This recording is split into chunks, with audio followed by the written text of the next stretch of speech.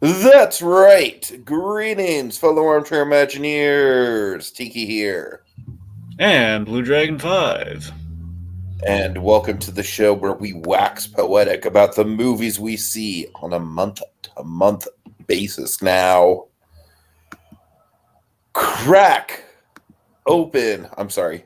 It's time to crack open our Movie movie memoir. Memoirs! Yeah.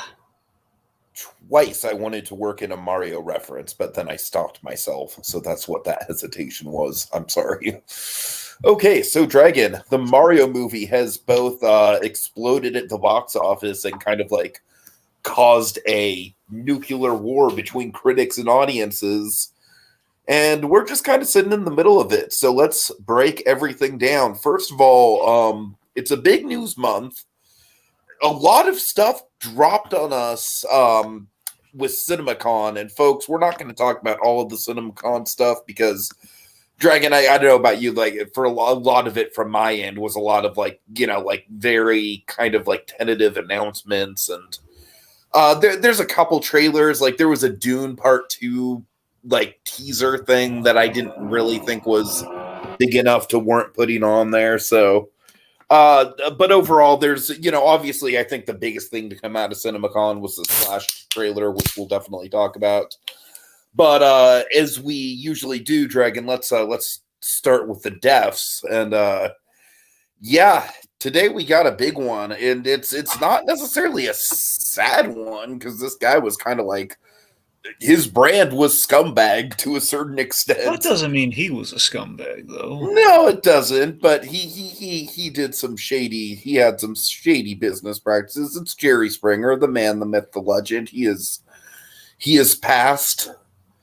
So yeah, this was just announced today. I don't know. Dragon, of course. Yeah, you're not wrong. I shouldn't you know disparage the man. Yeah. I I don't mean, know. you're Like disparaging him on the day he died, Tiki. looking Come back on. on it, his show is like there's a lot of sketchy stuff about his show, but yeah, Yeah, the like show is sketchy, but all right. But the reality side of things, like where kind of the second half of his career, which is where I assume you know him more from, where he was kind of more on the reality circuit. That he was definitely he had his charm.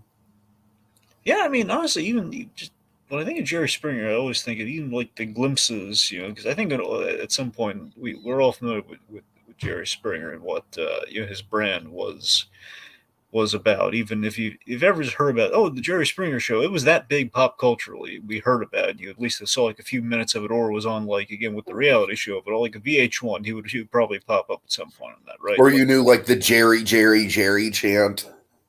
yeah, the Jerry, Mhm. between all the famous Jerrys, you had the Jerry Springer, you had there's Jerry Seinfeld, and then you had Jerry Maguire.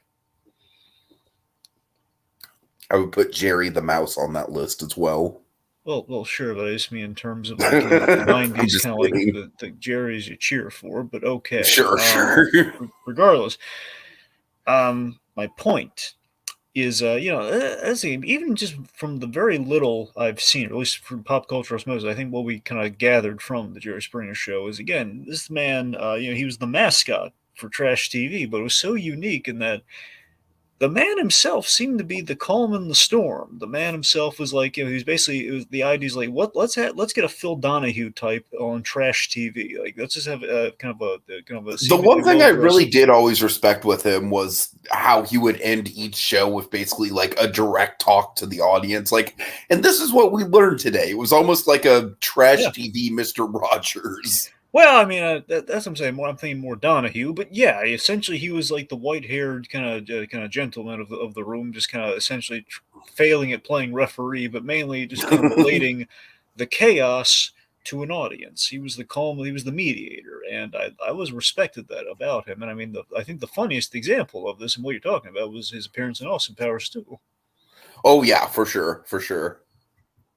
And Austin Powers 2 that opens and closes with basically do the Jerry Springer wrap up at the end, but at the top, during the mid credits of Austin Powers, but at the top of it, you open with Doctor Evil being revealed to be alive on the Jerry Springer show. Oh God. So yeah, I mean that's the thing. You have that. Also, I'll tell you the last time I saw him pop up on Happy. He in Happy season 1 of Happy even. So it's even the season you really need to watch.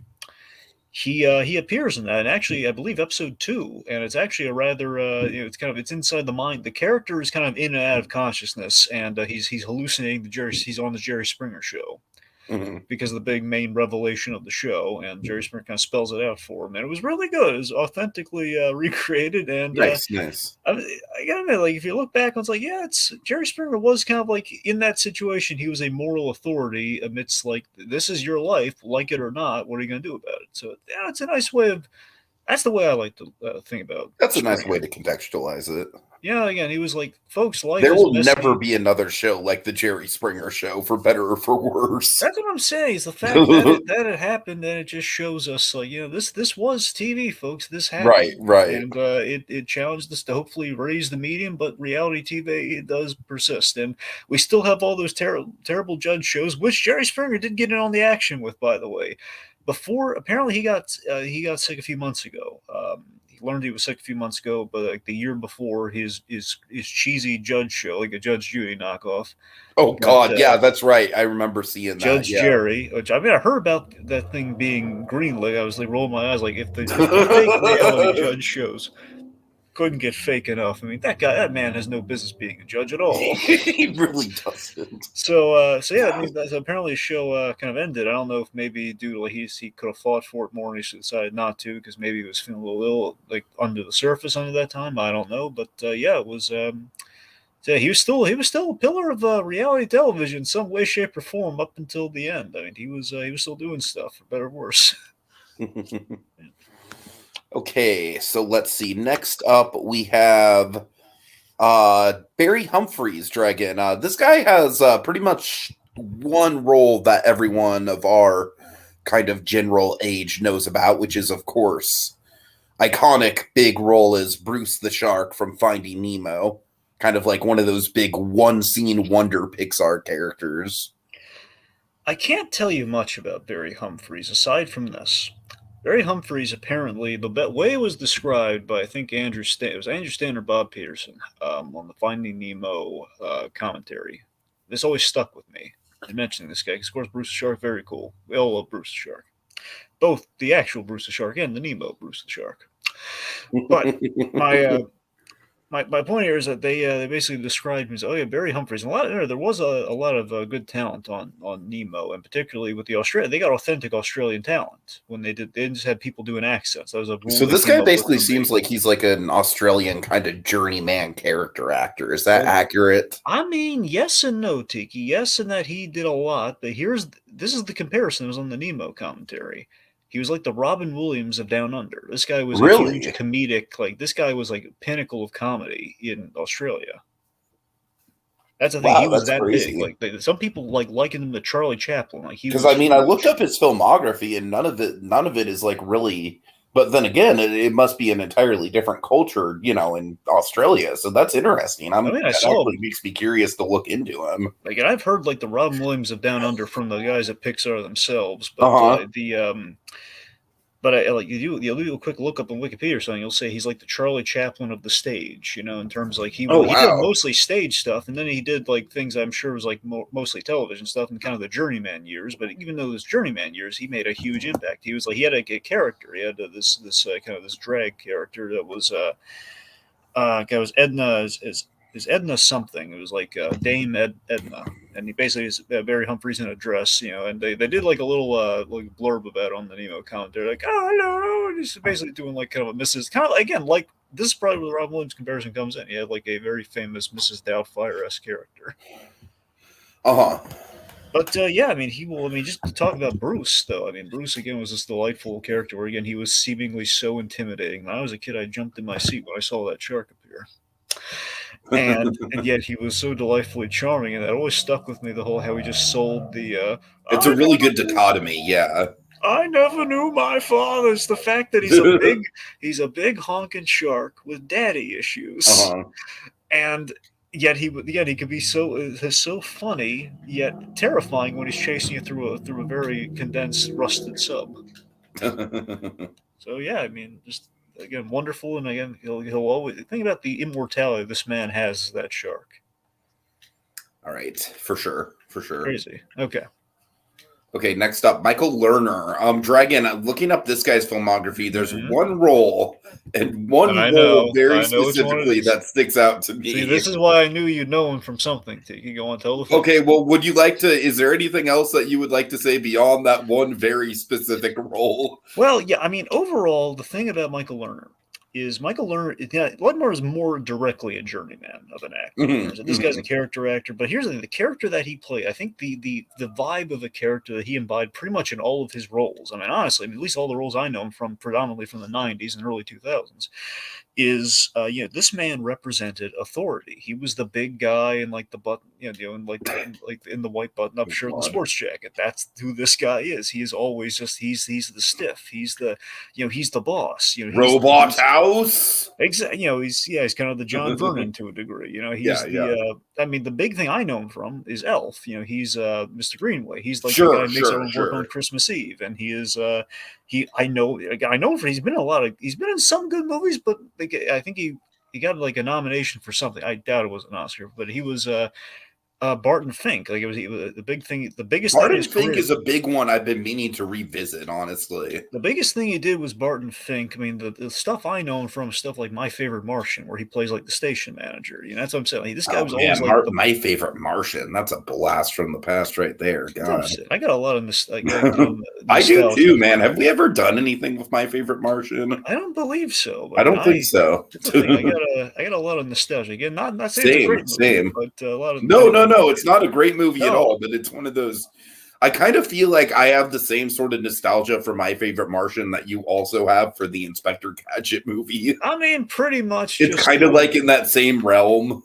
pretty much just to me, Inspector Gadget has a little bit more stay power, but yes, correct. Uh-huh. That, And I guess okay, for so, me, My Favorite Martian has a little bit more staying power. no, I mean I'm saying they're on a similar level. I just think Sure, sure, Inspector sure. Gadget got a sequel. My Favorite Martian, not so much. So I don't know. There's a lot. Oh dear. And I think this is the longest that anyone has talked about My Favorite Martian in quite a while. I mean, honestly, it would be kind of fun to talk more about My Favorite Martian.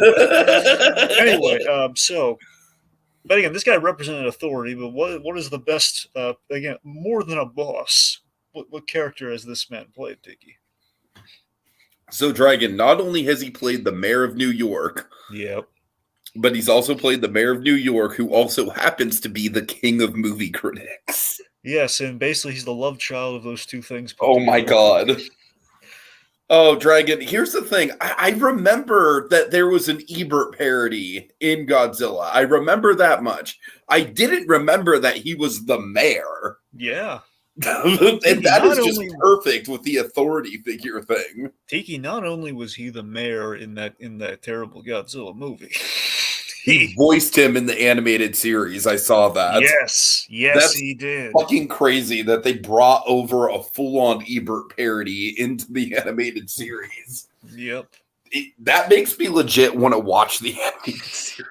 I have never seen a single episode of that show. I always heard the animated series did make a good run at it compared to the they actually did. I believe it. I believe it. They made an honest legitimizing that.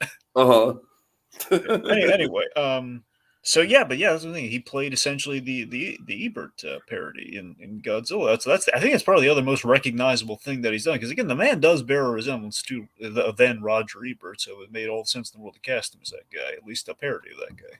Mm-hmm, mm-hmm. But yeah, he'll be. I mean, again, he was like one of those like when someone passes, like oh, you hear a name and then you see the face, like oh no, not him. I've seen right. Yeah. All right. So next up we have this one's kind of more of a personal one, Dragon, where it's not really a big name, but it's definitely like kind of like our heart goes out to the person that's affecting, which is Ginny Newhart, who is Bob Newhart's, I assume, long time wife. Yeah, long time wife. Yes. Yes, Ginny Newhart. Bud, I think it was Buddy Hackett. Buddy Hackett, I believe, introduced. Good old Buddy Hackett. Yep. from that terrible biopic. See, that's the biopic. We need another one. The problem is that what that biopic suffered from is that there's no casting a perfect Abbott and Costello because it's impossible to cast. I don't know, Dragon. I think if we tried hard enough, I think we could come up with some names. I don't know. I mean, we could. It's just going to be. I mean, I don't know. You're underestimating our talent. I meant to put like Gosling in a fat suit. I don't know if we'll do No, not Gosling. I don't know. He does a really good Lou Costello. If you Dragon, by the end of this podcast, I'm going to come up with a casting pitch for Abbott and Costello. Okay, all right? Even if we come up with someone, it's the same principle of no. Even then, like Harvey Korman and Buddy Hackett, in theory, on paper, is like, okay, those guys are good for Abbott and Costello, but then you realize it's just not going to be the same. Right. Anyway, point being, yes. So Ginny Newhart was introduced to Bob Newhart through Ginny was introduced to Bob through Buddy Hackett, I think, and here's what I want to express condolences, obviously, because we all love Bob Newhart and we're so thankful that he's still around. And I mean, I don't want to be morbid here, but we are talking about death. Yeah, I hate to say it, but to me, this very much, when I first heard about it and you kind of pitched you in it on, in the in memoriam, it kind of very much gave me a Stan Lee, Joan Lee kind exactly, of which is my fear. Is that unfortunately, I mean, it's folks. It's not just it's almost it's like it's not. I can't say biology, but it's kind of like this weird trend that happens in animals and in humans. I would say it is kind of biological, honestly. I mean, I guess if you, it's a weird correlation between. I mean, there's depression and loss and grief, and there's also, I guess, I don't know if it's ever been proven. I'm not a scientist, folks, as you probably guessed. I'm gonna guess there is potentially I don't know if psychosomatic's the word here, but essentially a correlation between the emotional headspace to maybe a physical shutting down of the body, perhaps. I don't know, but my point is that the running trend is that when the spouse dies, the grievee usually is not far along afterwards. Mm-hmm. So I'm hoping that is not the case, but it's a shame, and my heart goes out to Newhart, and I hope that he's doing well. All right, and finally, I think this is the last one, right? Yep, last one. Okay, so Harry Belafonte, I would say this is like the big icon of the month who passed. Yeah, I was crestfallen I was already a little crestfallen by the other deaths, but I mean, Belafonte really hurt me because Belafonte's awesome, man. I love Belafonte. So for me, I know Belafonte mostly from two very iconic 90s things, which is, of course, Beetlejuice, and then the other one being The Simpsons. Dragon. He had an awesome cameo on The Simpsons. One of those is the 80s, but like one of the back when having a cameo on The Simpsons was a badge of honor. You know what I mean? Oh, for sure. I mean, yeah, for me it was Beetlejuice as well, which again 80s, but of course, yeah. I mean, Belafonte, of course, the Deo sequence, I think, put him on the map in terms of if you didn't see Belafonte, you've heard Belafonte, kids. I think Deo was just one of those songs where it's like, even if you didn't know it was Belafonte, you've heard that song. And then Beetlejuice kind of like immortalized that song in film. Of course, and then you also had the Muppets, with the Muppet Show, in which of course, had a whole episode where you were guesting on. Now, speaking of guesting, this is the big thing. I forget it was probably 2 years ago, I think. I told you about that documentary they did, I think, on Peacock, which is about Belafonte. You can find it now. I guess they put it up since his passing, like you can probably find easily. But it's Harry Belafonte historically hosted The Tonight Show for about a week when Johnny Carson. Oh, that sounds really interesting. And it was like this is like during, I believe because Martin Luther King was on the show. This was during the Civil Rights. No shit. Oh, man. Dig it. This is like a historic thing. Belafonte made Martin Luther King Jr. laugh on television. Okay, yeah, I got to look into that. That sounds really interesting. And that's what I'm saying. The idea is there was, if I remember serves, the idea is that there was like he hosted for a week. Johnny Carson was never a political host. He couldn't because that's the thing. He was he was Switzerland. He never took sides. Ergo, everyone loved him. It's kind of interesting how the Tonight Show has kind of switched back and forth in that regard. Yeah. So the idea is that Carson always played the political cards very close to his chest, but he did help when he could, but he did in subtle, clever ways. And the big way here's like, well, I'm going for a week, so I'm going to need a host. I mean, he's going to have Harry Belafonte host, and Belafonte wasn't just like a fill in the blank story. Guess he had black talent and black figures on the show, Nice, and nice. he highlighted them. And the thing was, it was unclear. It gets into in the documentary. I can't remember. I can't remember all the nitty gritty, but I think the idea is that only a few of the episodes can be found. The rest were either destroyed or maybe intentionally lost. Mm-hmm. And Martin Luther King, I forget if you can find, you probably find those clips on YouTube, but that's the thing. It was really historic. The fact that he had him on. King was not really much of, he's never a talk show guy at the very Of least. course, yeah, yeah, yeah. This was huge, and the fact that Belafonte obviously has charm and charisma. But the thing I always will remember Belafonte for is in the search, I forget if it's called the Search for Spock documentary, but the documentary that Adam Nimoy did about his father, about Leonard Nimoy after he passed. There was this description that Leonard Nimoy had about how he portrayed Spock, and he compared it to Belafonte. Really? In which the way the logic was Belafonte, when he was on stage, he would be very still, and then when he moved, it would be a big deal. So that's basically how Leonard Yeah, yeah, Nimoy yeah. played Spock in terms of he's a guy without emotion, but when he emotes, it's going to be a huge deal. Like in the brief times that he does, he patterned that off of Belafonte in terms of his Right. movement. So yeah. Okay, so we can move on from the really bad news into kind of a mess. Yeah, Dragon, Lilo, and Stitch. What the hell is going on with this movie? It's a lot of chaos right now. It's a mixed bag because I really like the director we got for this, especially after I watched this movie last month. Okay, remind me the director. Dean Fletcher Camp, the guy who did Marcel the Shell with Shoes On. Oh my god! Oh fuck me! Damn so it! So he's directing this, that's a good choice, right? Dragon, it honestly upsets me that he's directing it just because I was fully in boycott mode with this movie, but now it's like, okay, fuck. It's the follow-up from the Marcel the Shell with Shoes On guy. It's not like I can just ignore it now. That's the thing. I'm conflicted because that's a really good choice for the director. I mean, Dragon, you know me in Lilo and Stitch. I don't have to say anything that's what I'm more. saying. You saw what he did with that little shell, man. Right.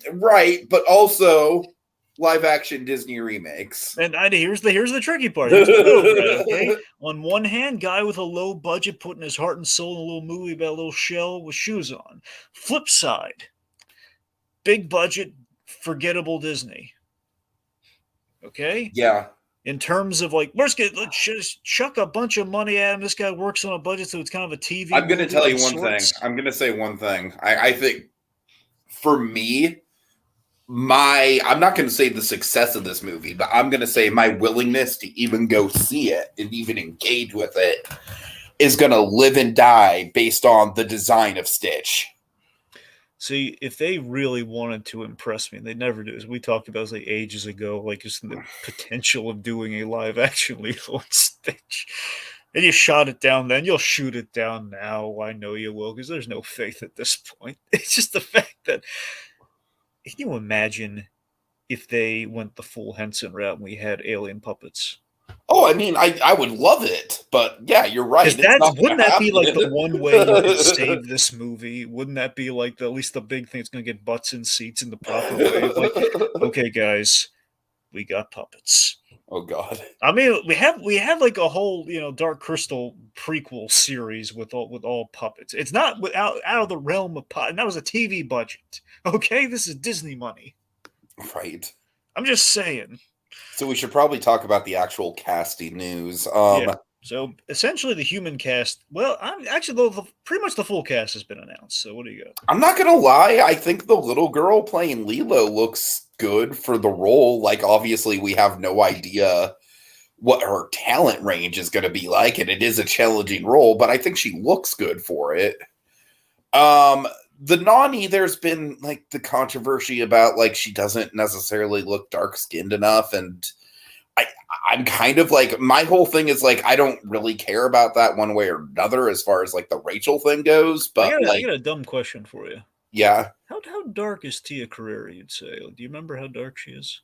I mean, I don't remember. No, But my I'm point is, like, I not don't my recall head. her being very dark, so this kind of feels kind of odd that, like, we're kind of scrutinizing this now, even though, again, Well, obviously. my thing is that like I just I just hope that the Lilo and Nani actually look like sisters. That's all I care about. I could That give is a crap that is about the race thing, you that know. yeah, true. That is kind of the operative thing here.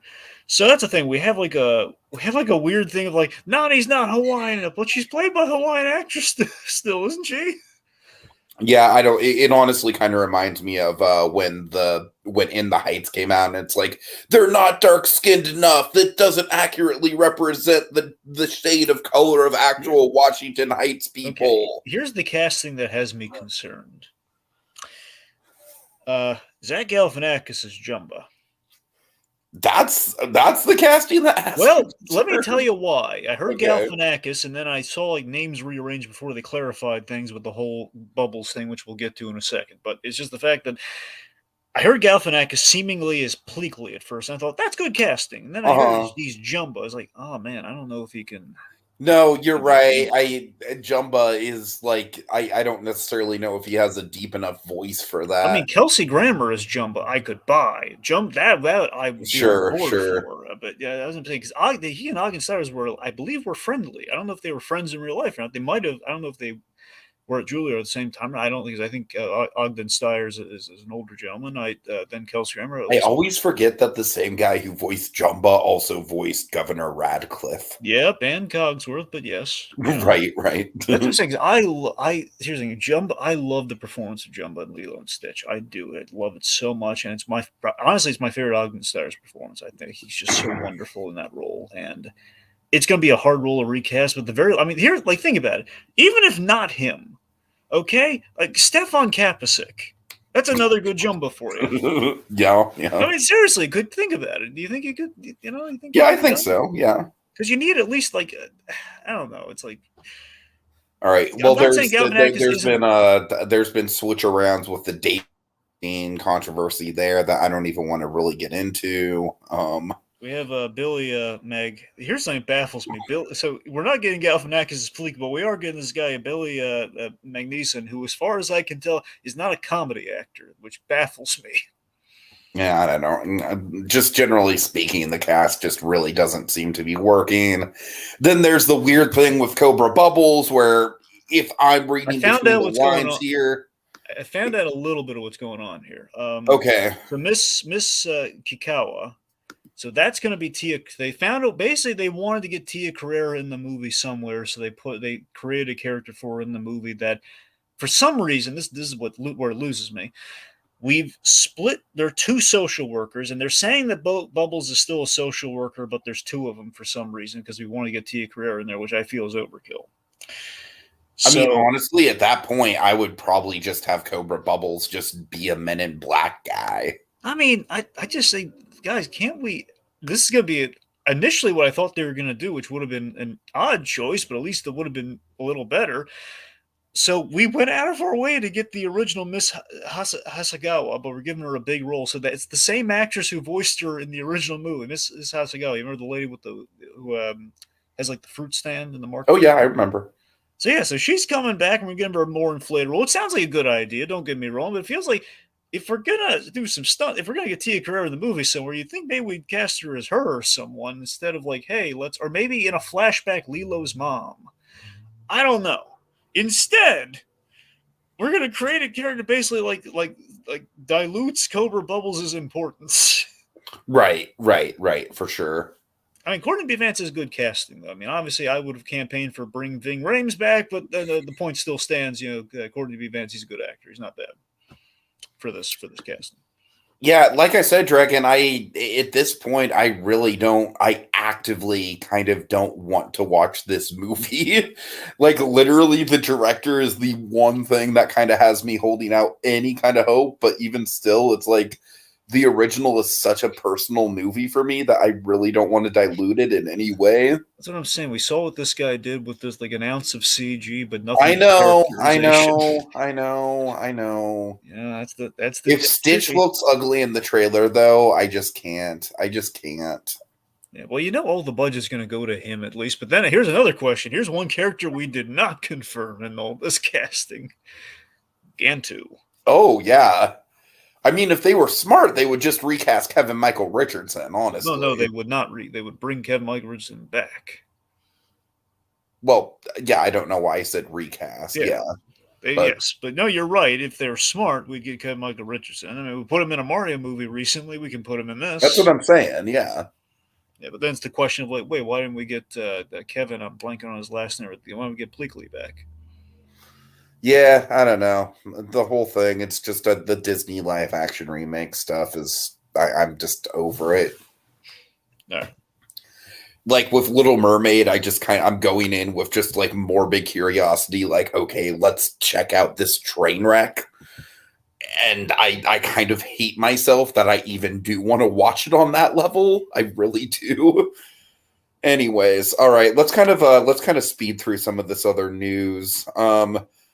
So Ray's coming back, Dragon. Ray Skywalker. I don't know if it's called like Ray in the New Order or what. I think I heard a title, and then I heard like it maybe is not official. But the fact is, Ray's coming back. I think the idea is it's going to be 15 years after. I think it's set 15 years after the Rise of Skywalker. I think. Yeah, I'm not necessarily opposed to this. I just think at this point it's pretty obvious that they just have no idea what to do with Star Wars anymore.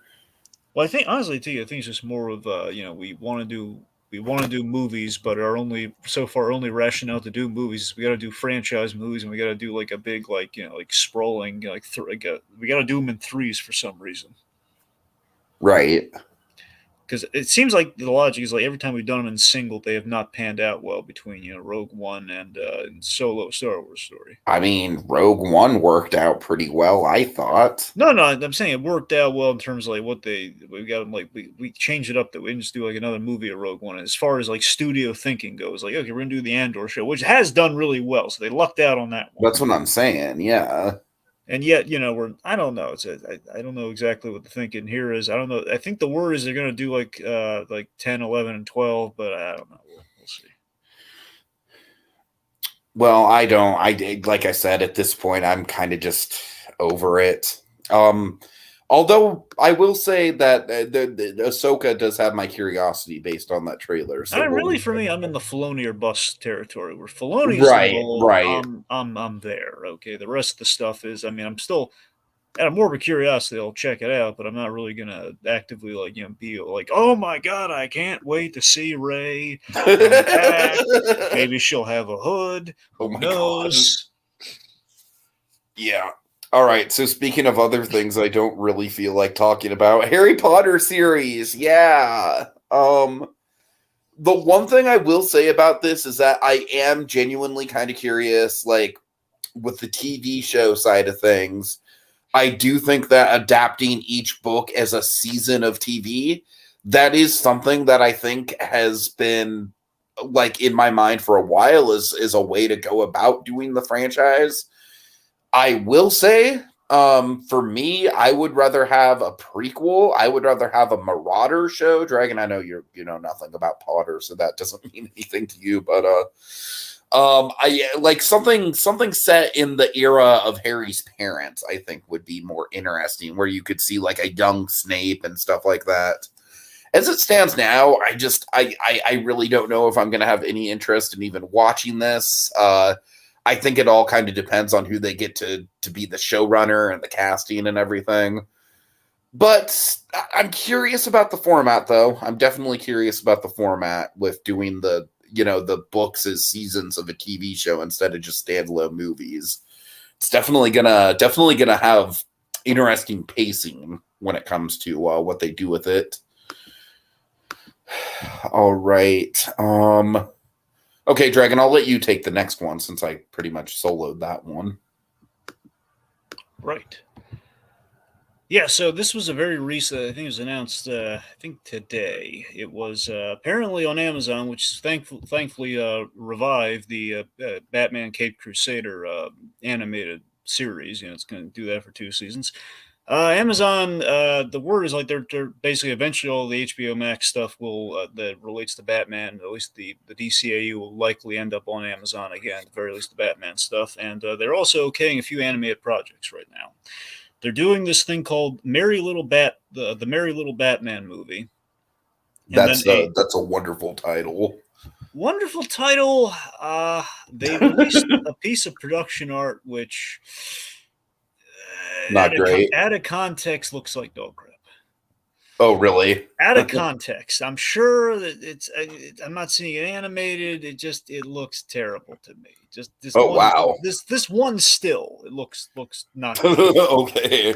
It's like basically it's like the worst Blue possible. Dragon 5 coming in hot. That's again out of context. One still, it's a very broad, it's a very exaggerated art style. It just doesn't look good to me. But again, that's just one still.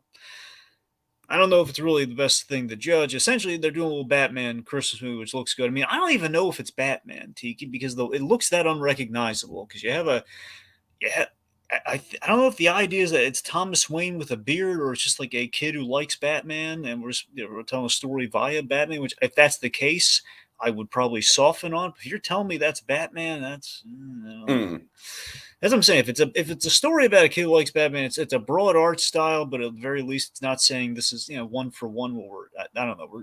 We'll see how that goes. And then they also announced, I'm hoping it is not in the same art style, at least. They announced a Bat Family series, which could be really good. And of course, we are kind of going in a Bat Family direction. This has nothing to do with like that animated series follow up that we're still waiting on, right? Animated series follow up. Yeah, isn't there some sort of like Batman the animated series follow up? I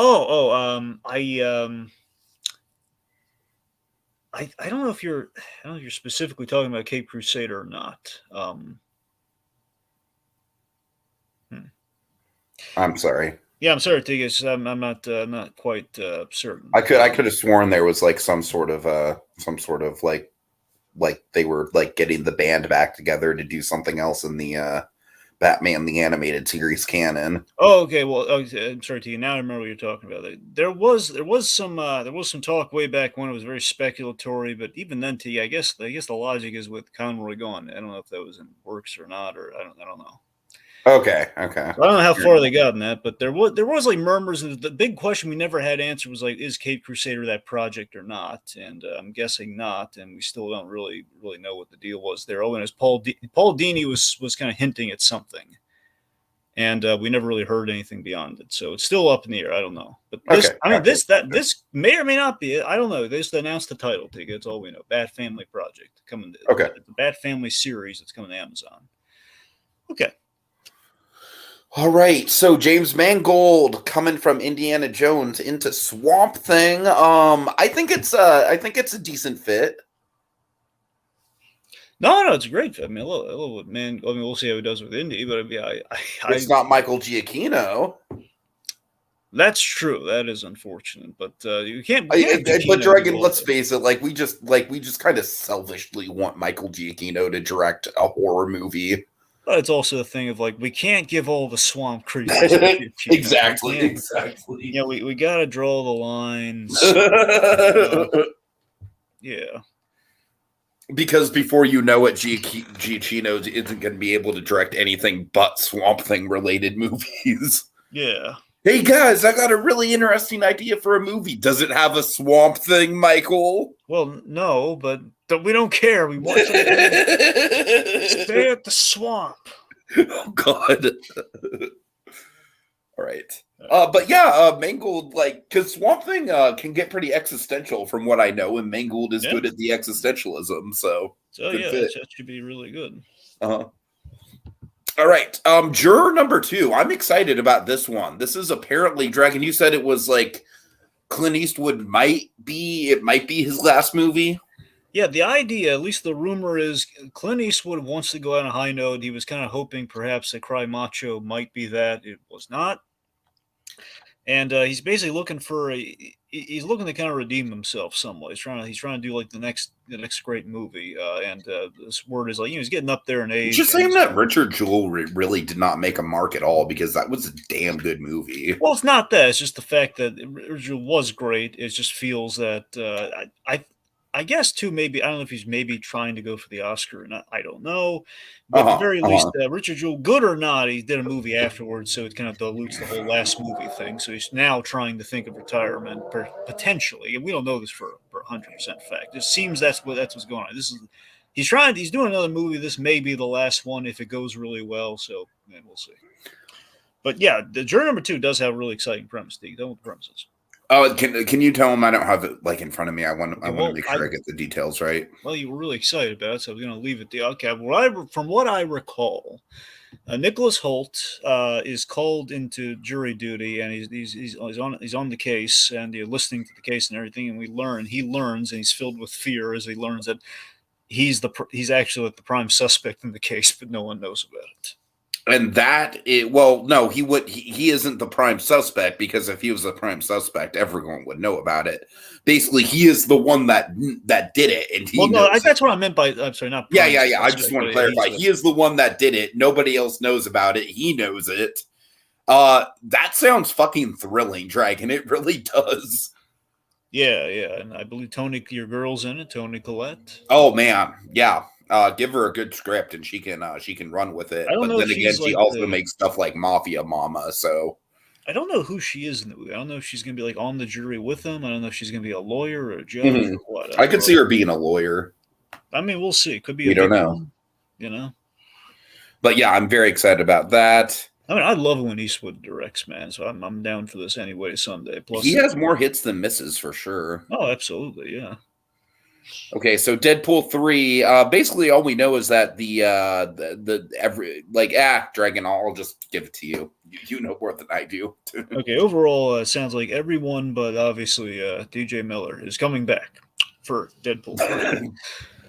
So yeah, as in so far they've announced the Blind Al, Dupinder, and very recently it was on the fence because she did the Michael Rosenbaum podcast, and she even said at this point, like it was like maybe a week or probably 2 weeks ago, she said he asked her point blank because Buddy Roseman does that cool thing where he's basically ask anyone anything. Like he's the only one who gets like the real the real truth out of these guys uh, on these podcasts.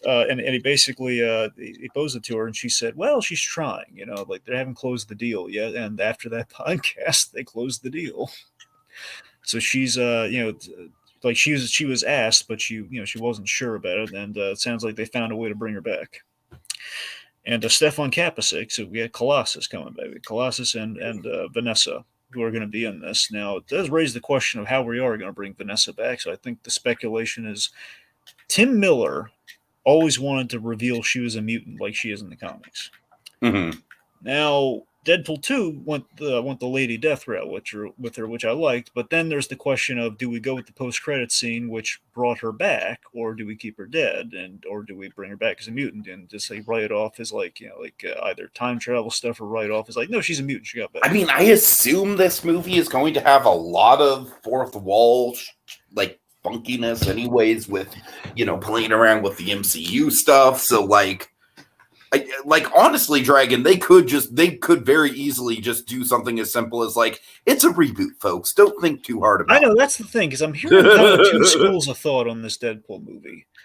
Two schools of thought are either a the Wolverine stuff takes place before Logan, Uh-huh. or B, the thing that's probably more likely is what you've just said, in which it's going to be, we're just kind of playing fast and loose with Like Deadpool is basically going to address directly. He's basically going to give a big old Pixar "we don't care" directly to the camera. Exactly. Deadpool ideally will be the answer to like how we're addressing the Netflix continuity and everything. Just the guy saying, we're taking what works and just kind of rolling with it. We're just saying, guys, I don't know how it happened either, but I convinced them to do the movie. Let's have fun with it. right. Yeah, so that's the thing. And of course, Dragon, anything involving like Deadpool, like directly addressing the MCU, that's always been on our bucket list with Deadpool 3. So I don't think so. It's probably just going to be Deadpool just addressing things, and Hugh Jackman getting an opportunity to play full-on comics accurate like Wolverine, is in like more cigar chomping. He's gonna be wearing the yellow costume. Fingers crossed. They haven't said that officially, but I'm begging for it. Mhm. It's like the one thing he hasn't done. It's like the one thing left on the list. He's got to wear the outfit. All right. Okay, so let's just speed round through some trailers. Yeah, Okay, so overall, Ahsoka, it looks good, right? yeah, Dragon. I heard that there are some characters in this trailer from Rebels, which I Yeah, have there's a whole not bunch of seen yet. Rebels characters in this, man. Yeah. Yeah, so I definitely need to get on Rebels, right? And remember, they introduced one of the Rebels characters in the recent season of Mando, so they've been building to this. Right. So yeah, I definitely need to get on Rebels. I think I would have stronger thoughts if I were to watch Rebels. I mean, I got to get caught. Believe me, I intend on getting caught up on like I'm half. I watched pretty much half of Rebels. I kind of always waited for the second half for the Ahsoka show, which is now. So I'm So gonna. you've seen seasons 1 and 2. I've seen 1 and 2, and I'm probably halfway through 3. Okay, interesting. 3. So I gotta. So yeah, because 3's where a tone shift happens. Mhm. So anyway. But yeah, so Okay. this it looks good, and again, I'm down for the Filoni stuff, and it feels like the show's making the transition to okay, we've kind of done our individuality stuff, our individual stuff with Mandalorian, and now we've been building towards like the big crossover stuff, which is all leading to Ahsoka onward. Sure. All right, the Marvels. I don't know, Drake. Like the Miss Marvel stuff in this movie just looks fucking delightful. It really does. That's what I am kind of like sold on this movie for. Yeah, I mean, I gotta tell you, man, the trailer I thought it was a very well put together trailer. It looks fun. It's a solid gimmick with the whole power swap thing, where their powers are like quantum entangled or something. Where basically, if one of them uses their powers, they kind of swap places across the universe. And I think it's going to be better than most people expected. And I'm looking at this trailer. I was like, oh man, they moved it to November. I just remembered. Darn it.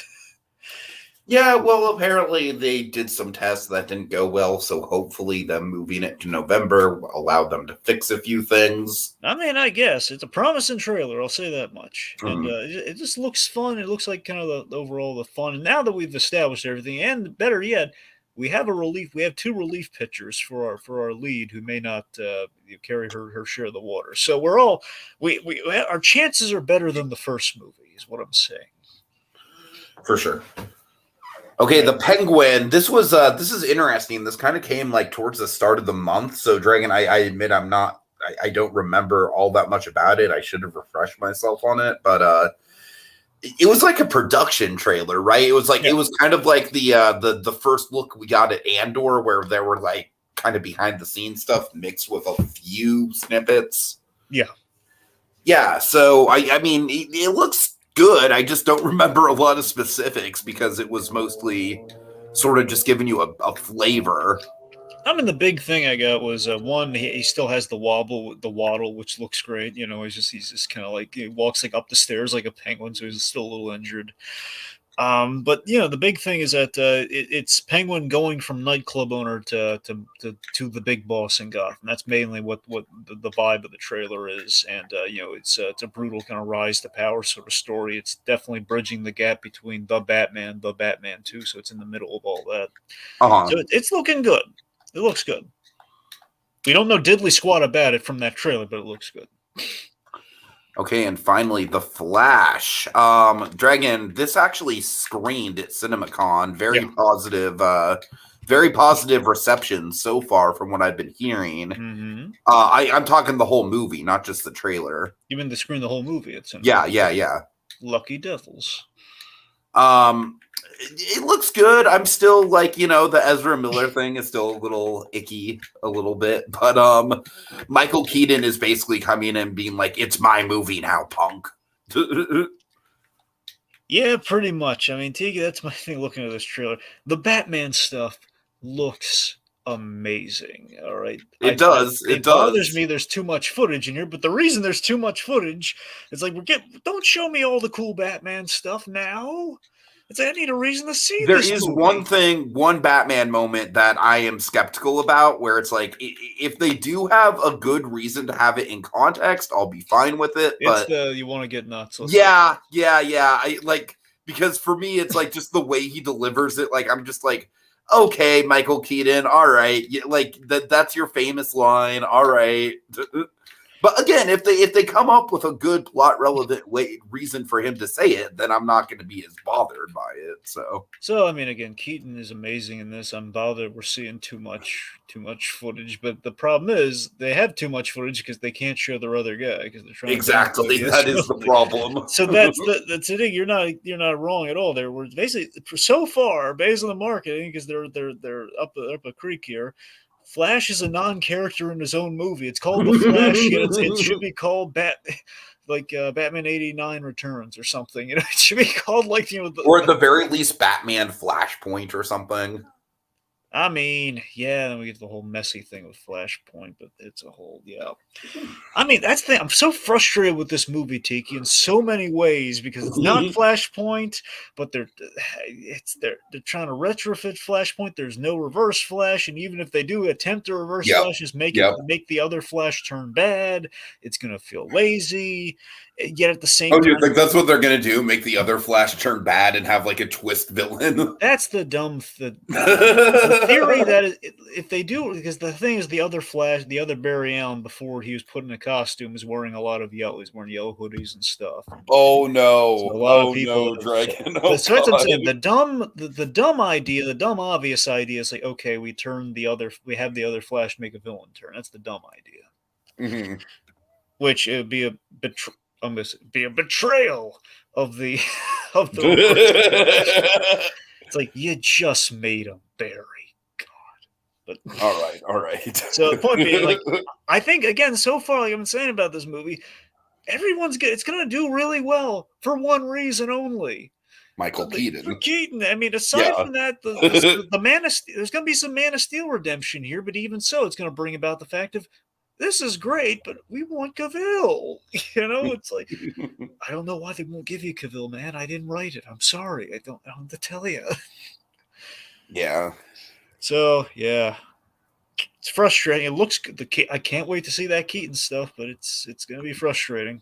You kind of get the feeling that like by the time the movie comes out, we're basically going to know all the Keaton stuff. That's my fear. I feel like I've watched too much. It's like, oh man, I'm hoping it's not going to be that thing where it looks like it's going to be wall-to-wall Keaton. It's going to end up not being wall-to-wall Keaton, but we've seen all the Keaton stuff. Like, they showed all the Keaton. I kind of have a bad feeling that that's already the case, Dragon. I really do. To me, one of the coolest shots of the trailer was, like, the multiple batsuit shot, man. I love that shot. And then they do, like, the moon, homages to the moon, and we're doing Batwing stuff. All the Batwing stuff is spoilers. All right. Very irritating. Okay, let's transition. April 2023 movies. So, yeah, the Super Mario Brothers movie. I still have not gotten a chance to rewatch this, but I've got to tell you, man, like, it's honestly slipped a little bit for me just thinking about it more. It's a very fun movie, but it really is just kind of like reference the movie. Like, it kind of feels like a Lego movie with not a lot of substance behind it, if that makes sense. I mean, I don't know if I go that far with it. I mean, for me, I look at the Super Mario Bros. Movie. I think it's a win for Illumination. It's I think, especially to the newbies like myself, the guys who aren't like in the thick of Mario, the guys who have at least know Mario from either pop culture osmosis, or at the very least you played at least one Mario game in your life, in which I played the Game Boy Advance version. So I'm not ride or die with Mario. I've just played the simple stuff that was made available, easily available back in the anyway. So it's just the fact that I think it's a good introduction to the character and to the world, and I love I got what I wanted. My expectations were very simple. I just want to see Mario and Luigi as plumbers and care about it, and I did. And I'm rooting for Mario to save Luigi, and I love the third act, particularly the climax of the third act when we do kind of our nod to the live action Super Mario. Basically, we end the way the live action movie should have ended. All that's working for me. I like that. I like that it's nice and simple. I mean, in terms of plot, I keep hearing the criticism in terms of the audience is like we're fanboying out, like seeing all the Mario stuff they've always wanted to see represented pretty accurately, all at the very least visually accurately, and like in a way that could actually track and it makes sense. Other people are saying we should have raised the bar more, we should have challenged it, we should have like said something about Mario. But then there's a question of, for the first bite at the apple with Mario, is like how much can you really say about it? It's I gonna mean, it really is kind of the perfect just first Mario movie when you break it yeah. down. It really like there's not a lot that's wrong with it. I guess for me, there's certain plot contrivances, certain characters that just kind of feel superfluous, like Toad, for example, just kind of feels pretty tacked on. But it's like I kind of feel like the only things that I have against the movie really are nitpicks, and it really does do the job that it set out to do pretty well. What it boils down to for me, Tiki, with this Mario movement, everyone has either for or against it, is that there's only so much to me. Again, not being like through all the, just with the understanding that I have of Mario, you look at this character, is that there's only so much story you can apply to this character. In this movie, I feel with what we did in Act One gave us as much story and much depth as we can probably give Mario in terms of things we've never really questioned before, or at least not really spent a lot of time with, because we usually just throw him in the thick of the action. He's okay, so he's in the Mushroom Kingdom and he's doing stuff, and he ends up saving the princess and kicking Bowser in the head. That's usually how I it mean, goes. they even did a lot of deep cut characterization with Bowser that that was part of the games with his infatuation with Peach. But That's what I'm saying. Overall, there's only so much you can do with, like, what is it, a side scroll? That's what you call it. yeah, a platformer. That's what I'm saying. With a platform, there's only so much you can do at times with something, like, at the very least with Mario. There's only so much you can do with the side scroll in terms of depth applied to these characters, aside from the landscapes. And I think we have the landscapes, and I think we have like a solid, good faith attempt at depth without getting in the way of, like, now let's bog down all of our visuals and stuff with like plot of just extra stuff that we've written. Uh-huh. Just for the sake of it's a movie, we gotta add plot.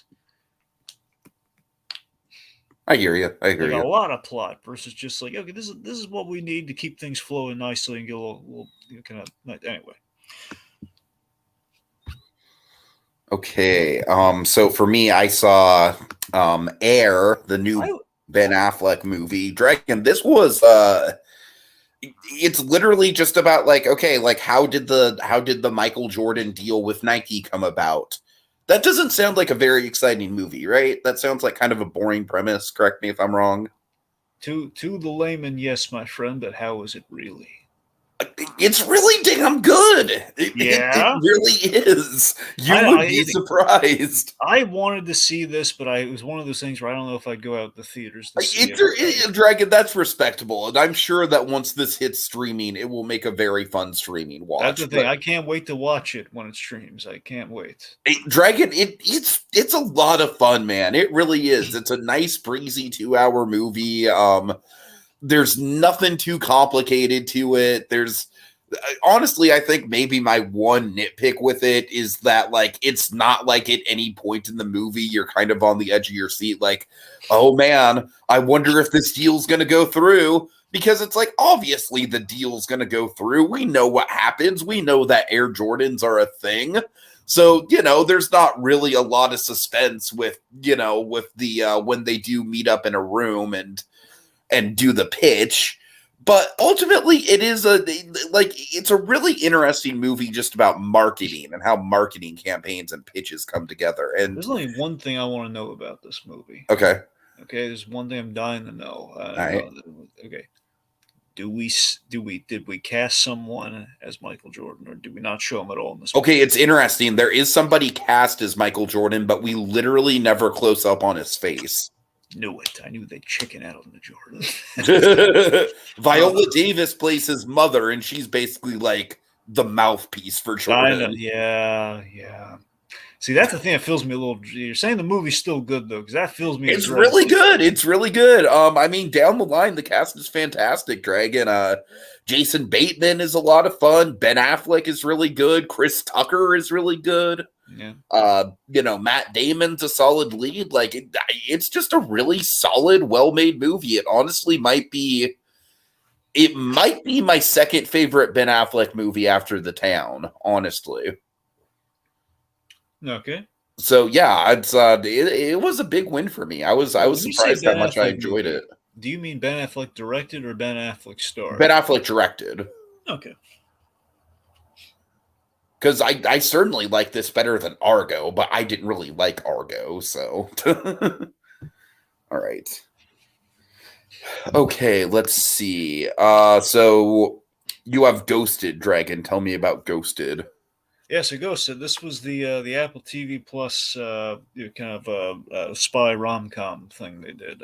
This was it had good people working on it. I'll tell you that much. It was that's pretty much all the Apple TV Plus stuff they It's did. not a romantic comedy about a ghost. I actually give it a lot of credit for resisting the urge to use the title Wait, you like really that. never saw the trailer for this? You just saw it. No. You didn't see like okay.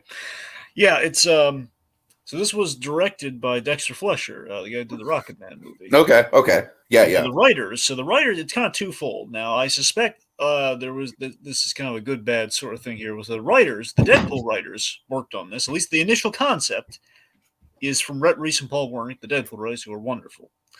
Now, additionally, you have Chris McKenna and blanking on the other guy, but you have like this Eric Summers, I think. Eric Summers and Chris McKenna.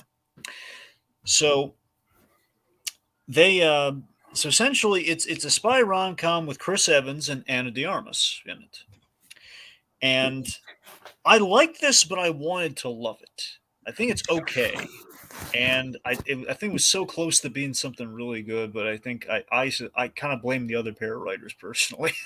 It's gonna sound petty. I mean, maybe they could maybe recent work had an off day. It's possible, but it's like I don't know. Like if this thing just said Rhett Reese and Paul Warrington, it'd be undeniably okay. Well, it's them, but it's the fact we had four writers on this, and both of them are like two writing duos, and many a times like scripts get workshopped around, and then they get other hands on it. So I don't know, but essentially, yeah, it's a great setup. Evans is kind of like it's the sell of this movie is that Chris Evans is in the traditional damsel in distress role, and the movie's essentially kind of a gender swapped version of Night and Day. Do you remember Night and Day at all? Yes. Yes. I know what you're talking about. So Yeah. imagine a reversal of that, where the male is Chris Evans is kind of the male, and he's the damsel in distress. As you have like the Tom Cruise spy in Anna de Armas. Okay.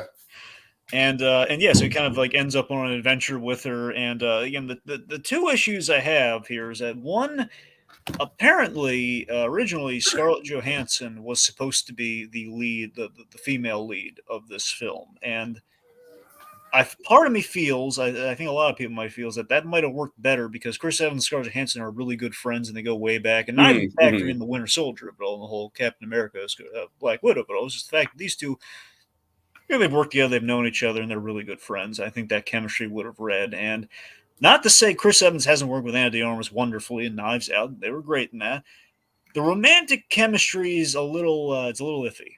It's a little iffy in that I'm loving Chris Evans here, and I like Anna de Armas regularly, but it's just mixing them together. Something feels a little off.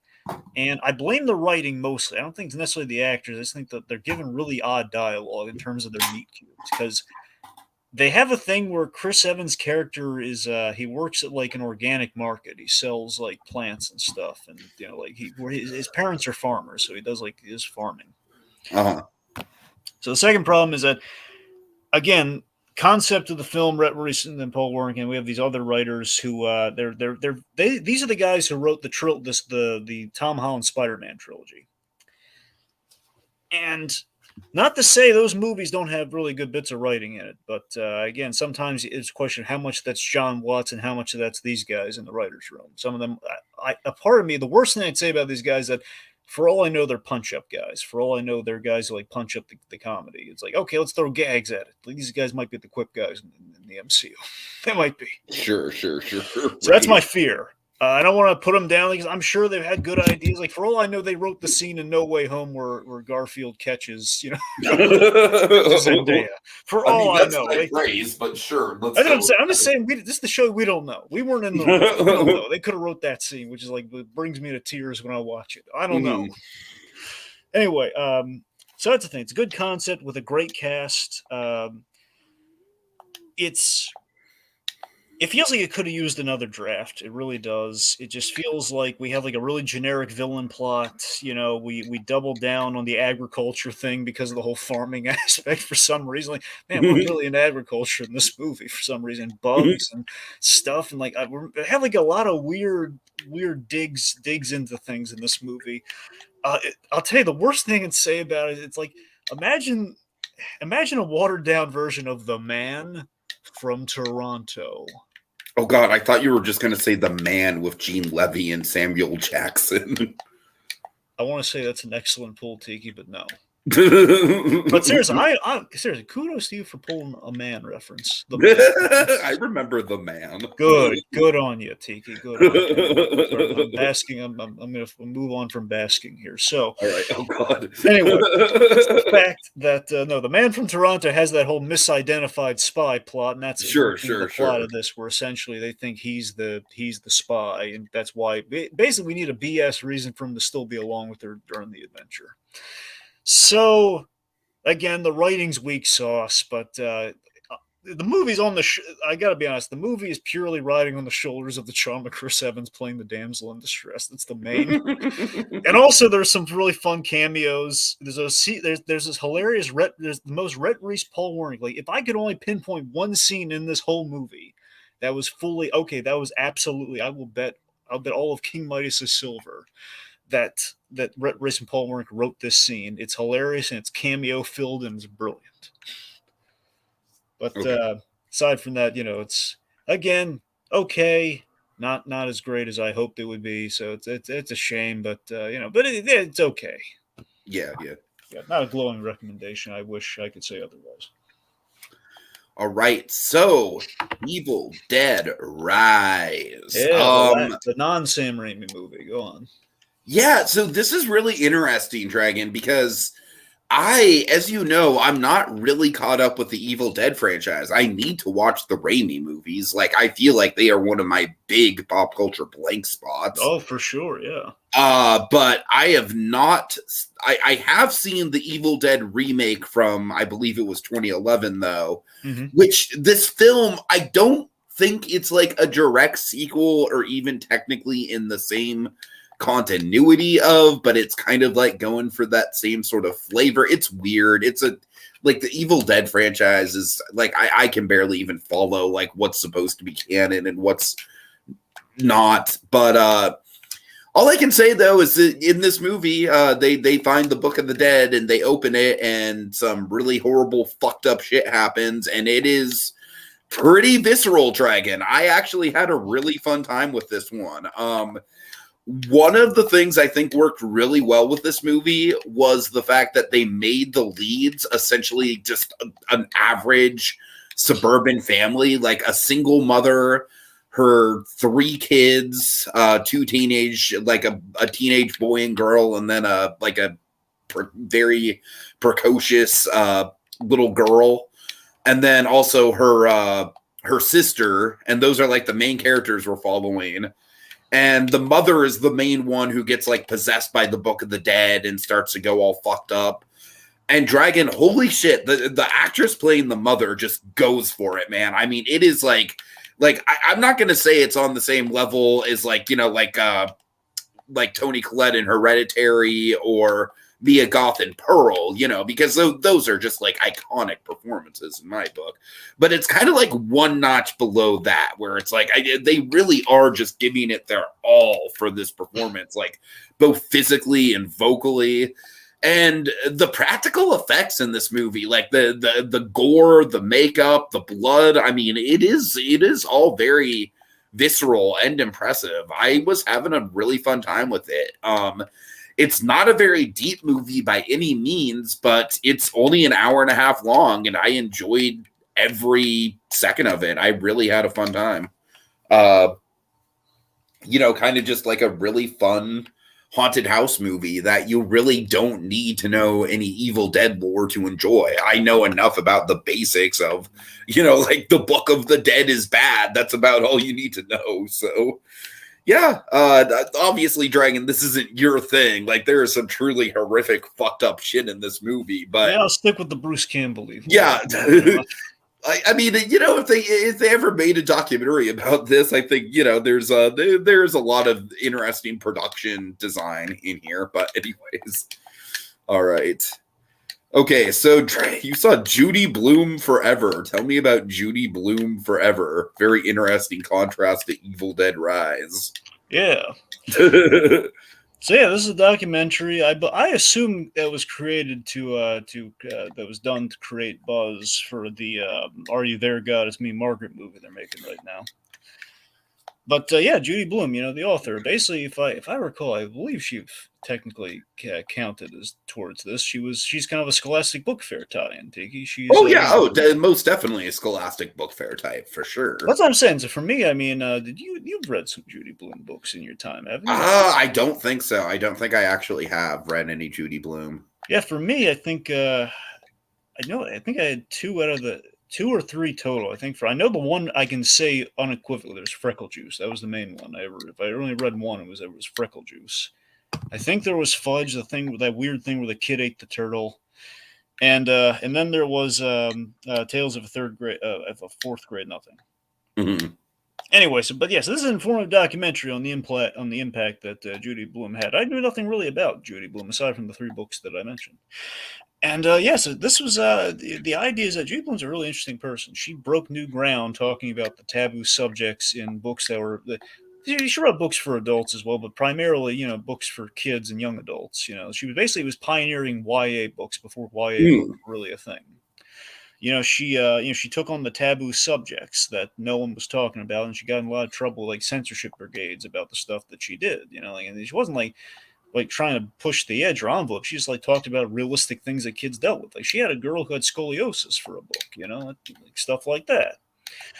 And you learn about some of the stuff she went through in life. Like she's been divorced. She had this horrible thing happen to her father. I mean, the death of her father was a horrible event in her life. And you hear the story, it's like, oh boy. And then you have, by the same token, you have some beautiful moments of of the recognition for her work and people being touched by her work. The fact she gets all this fan mail and everything. It's really good, really informative. It's on Amazon. I'd recommend it for a comfort watch if you want. It actually does sound interesting. Yeah. I don't suppose they mentioned Bridge to Terabithia at all, did they? No, they didn't mention. Because that isn't a Judy Blume book, but it's kind of in the same sort of era where that was a really big kind of watershed moment as far as dealing with death in a mature and thoughtful way in a children's book. Yeah, well, no, they they talk about one of her books that dealt with death, but not. Okay. They did not bring up Bridge to Terabithia. I think Bridge to Terabithia is a book that I would like to see just get a documentary in its own right, because there's some really interesting backstory behind that and how it came to be. But anyways, I digress. Dragon, I might just file that away for a comfort watch later. That does sound interesting. They did not mention. Unfortunately, they did not mention Freckle Juice. It's you mentioned every other book but the one that I absolutely remember reading. Great, just great. Anyway. All right, so here we go, Dragon. Beau is Afraid, the 3-hour epic from my boy Ari Aster, who I claim to be my favorite working director. Bo. This thing's a fucking mess. Is it? It's a fucking mess, Dragon. It really is. I mean, here's the thing. I do think there are standalone elements of it that rank among the best stuff he's ever done.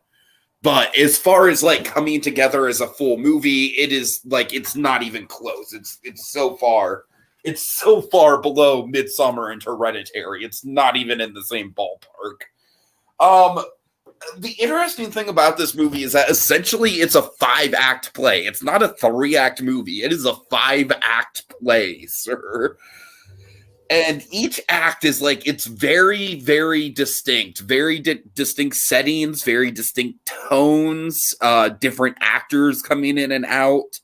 So I'm only going to tell you about the first couple of them because they were my favorite sections of the movie. And then after that, Dragon, all I can say is that the movie just kind of falls into nonsensical art house bullshit that was kind of insufferable to get through. But the first half of the movie was actually really solid, Dragon. It really was. The first act is kind of Joaquin Phoenix is just living alone in this apartment. And the whole idea is that his apartment is like in the ultimate Skid Row. So there's like shots of this street outside of his apartment that are so impressive just because of the just sheer amount of fucked up debauchery that's going on in the background. Like it almost kind of feels like Clockwork Orange, like where it's like just it is just like Ari Aster has kind of like just crafted this world of just heinousness. Just I mean, it is just, you know, people stabbing and killing each other and, you know, like just drug addicts and naked people on the streets. It is a sight, but it is cinematically very impressive. My favorite scene in the whole movie, by far the best scene in the whole movie, is there's this moment very early on in the film, probably about 10 minutes in, where the main character, Joaquin Phoenix, takes a new medication that was prescribed to him. And the medication on the bottle is very clearly is labeled like "do not take without water." But the water happens to go off in his apartment building right when he takes it. And so he is in desperate need to get water. There's a convenience store across the street. And Dragon, the journey just to get to the convenience store across the street is fucking harrowing.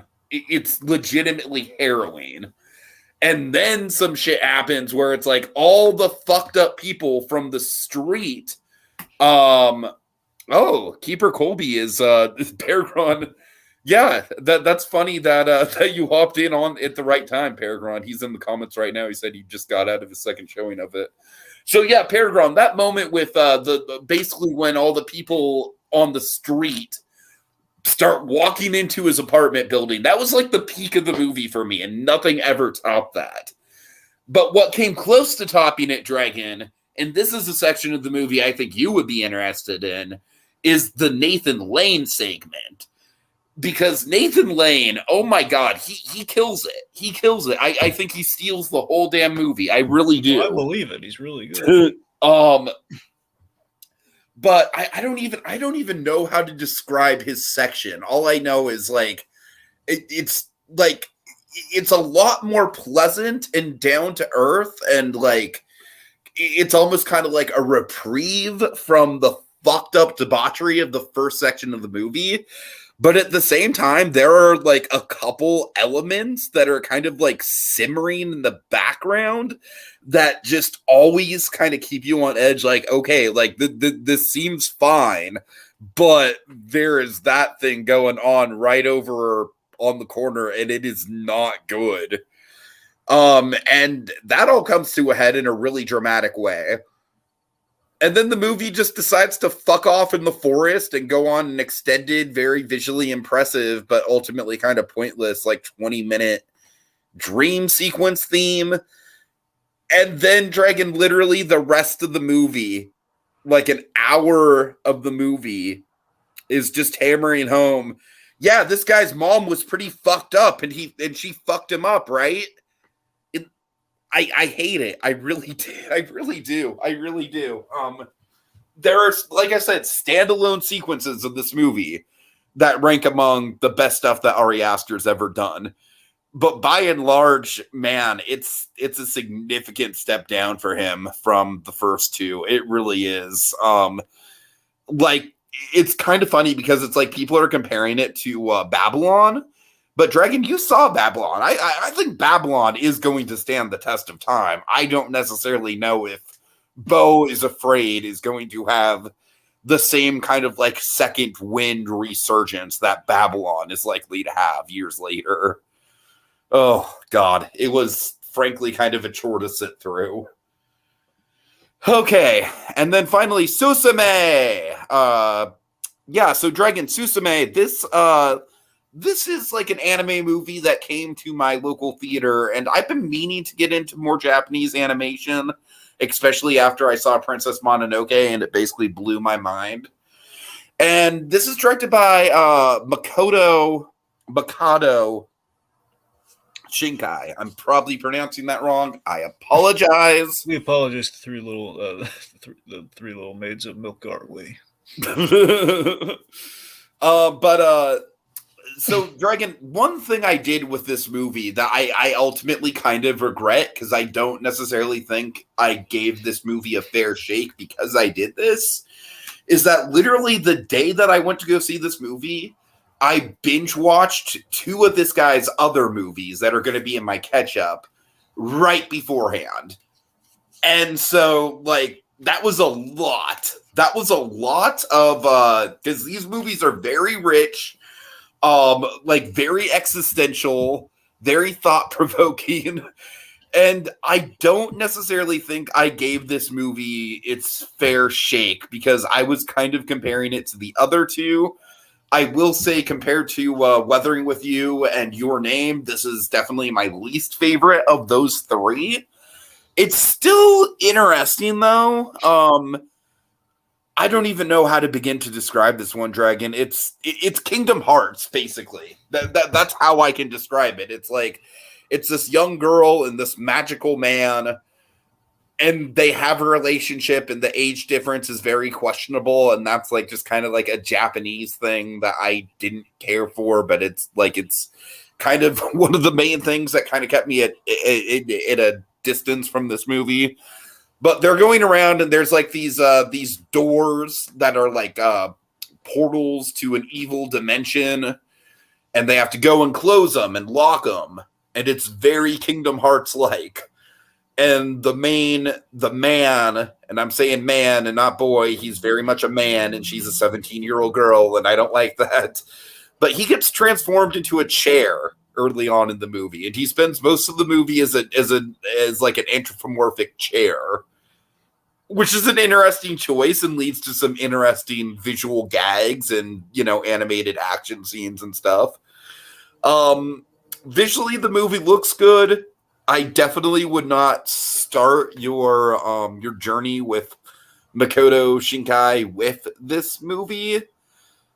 But at the same time, like, I don't think this movie is nearly as thought-provoking as his other two that I have seen. Mostly because A, there's like the age gap thing that I don't care for. And B, at the end of the day, it's just Kingdom Hearts, where I feel like Weathering with You and Your Name had some deeper themes going on. Still an interesting kind of like, I will say, Dragon, I watched this in a theater that was filled with anime fans, like Japanese, like I assume they were Japanese people. Like I'm saying, I saw big groups of Japanese people walking in, so that was cool to experience culturally, to be in the theater. Like they seemed to love it, and I liked it. Okay, Keeper Colby said it's cinematically amazing, but damn, I never want to watch it or think about it again. Yeah, Colby, like I said, that's kind of where I'm at, except for the first two segments.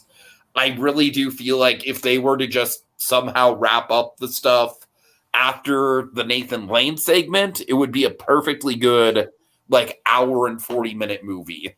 All right.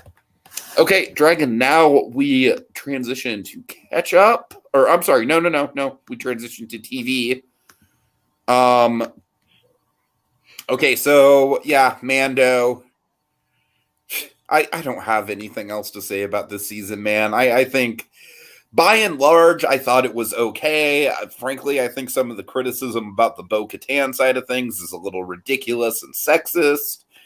But really, the pacing of the season was just all the hell over the place, and it really did a piss poor job of recapturing the hype of the first couple seasons.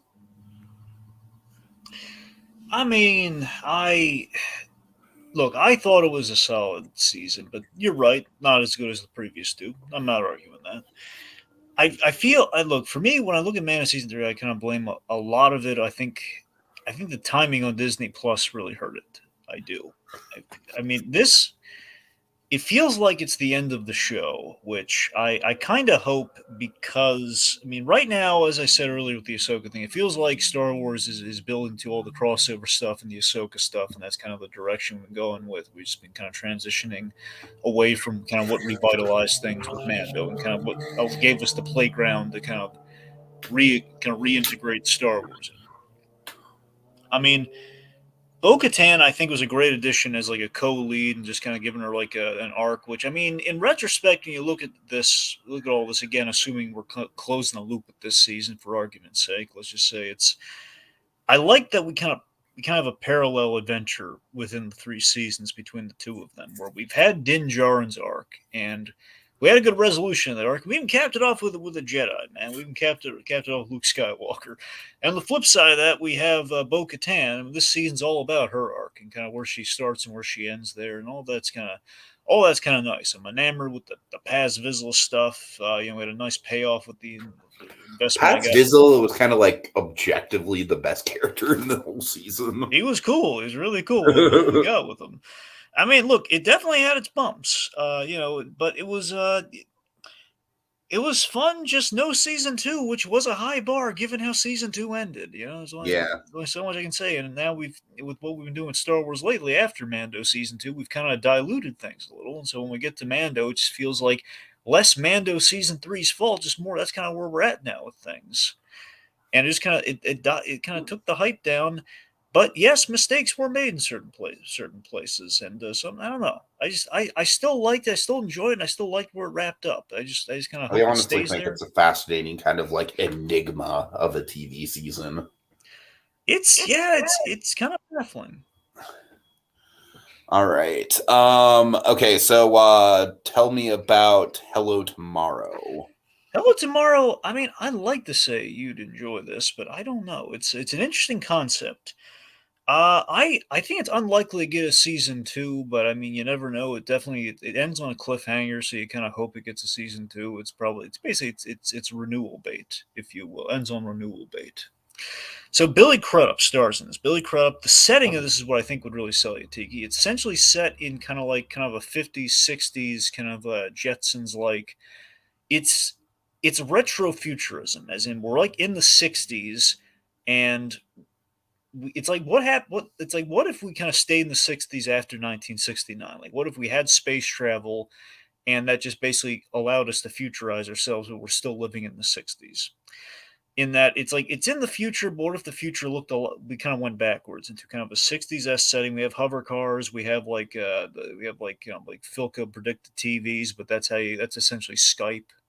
Uh-huh, uh-huh. It's there is space travel, and essentially, my Billy Crudup here. He's a timeshare salesman. He sells timeshares on the moon. So that's the thing. So it's ideal. Like, what if we? My mind just instantly goes to Futurama.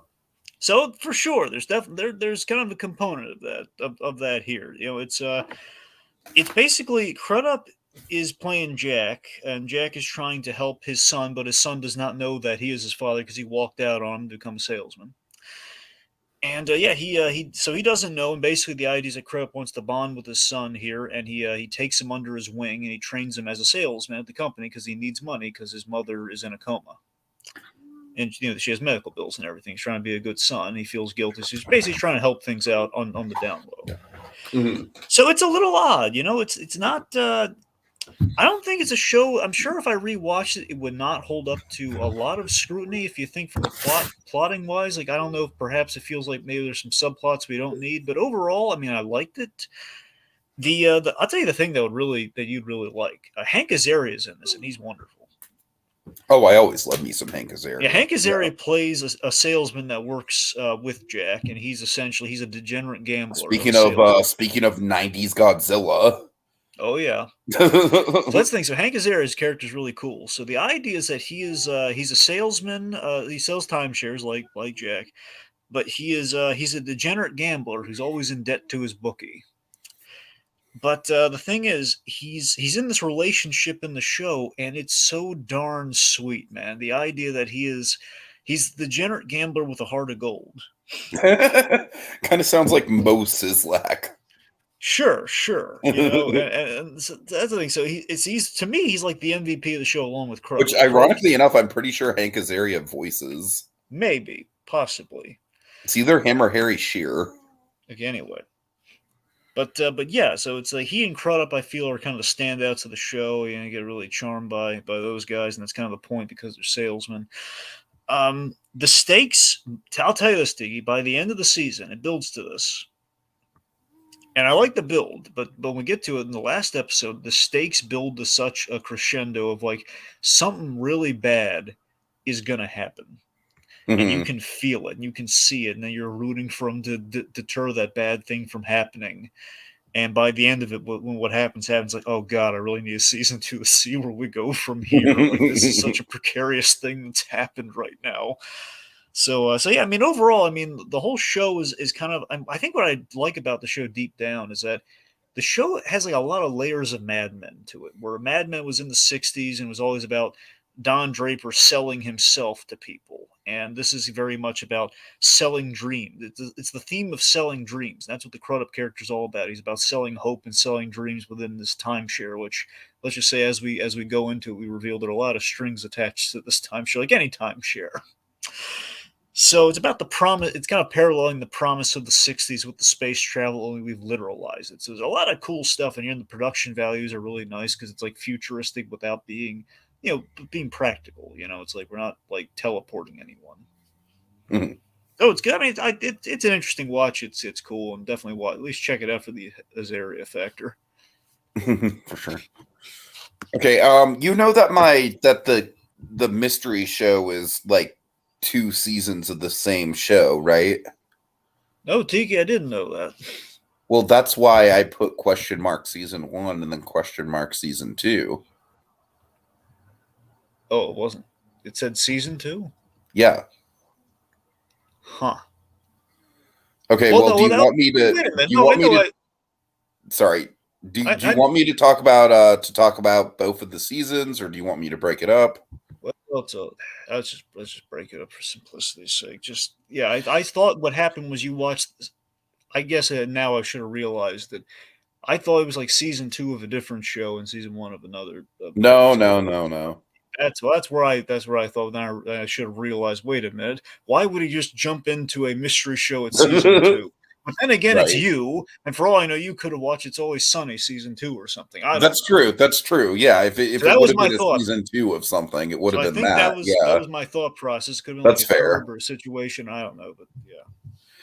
All right. So remember when we talked about the Ahsoka show, and I said it's a shame that I haven't seen Rebels? Yeah, that was a lie. So you saw Rebels season 1. I have seen Rebels season 1 and 2, yes. All right, so we're on. Okay, so we're pretty much even. What'd you think of it? More or less even, yeah. Except I haven't seen any of season 3. Yeah, I've seen some. I don't know if I've seen half of 3, but I've started 3. So. Okay, so yeah, it's very interesting to compare and contrast seasons 1 and 2 because I have some notes about season 2. Obviously, I think season 2 probably has the higher highs. But season 1, I like that it's a shorter season, and what I really like about season 1 is I really like kind of like the team building dynamic of it. I really like how, every episode it kind of felt like they were fleshing out a different like subset of characters. Like, okay, this is the Hera and Sabine episode, or this is the Ezra and Zeb episode. You know what I mean? And that was refreshing. It really felt like they were really going out of their way to flesh out all of the personalities, all of the dynamics. And then when we go into season 2, which is obviously going to be kind of a bigger ensemble cast, sort of building out the world a little bit more, we really intimately know this core crew. And season 1 has a lot of solid episodes. Of course, I've already seen the Lando one, so that was kind of fun to revisit in context now that I know all the characters. The Inquisitors were cool to see, and definitely that finale was cool. The one thing I am really that season 1 really does hold up with is the when Ezra makes that transmission at the end of the season. The plot ramifications for that we get in season 2, that really kind of like very emotional stuff there. The fact that like like it worked, but at what cost? So really interesting stuff. I get the feeling that because season 2 has a very particular Agent Callus episode that kind of gives you some vibes that he might have a Zuko turnaround. So I get the feeling season 3 we might see a little bit more of that. I'll talk more about that when we talk about season 2.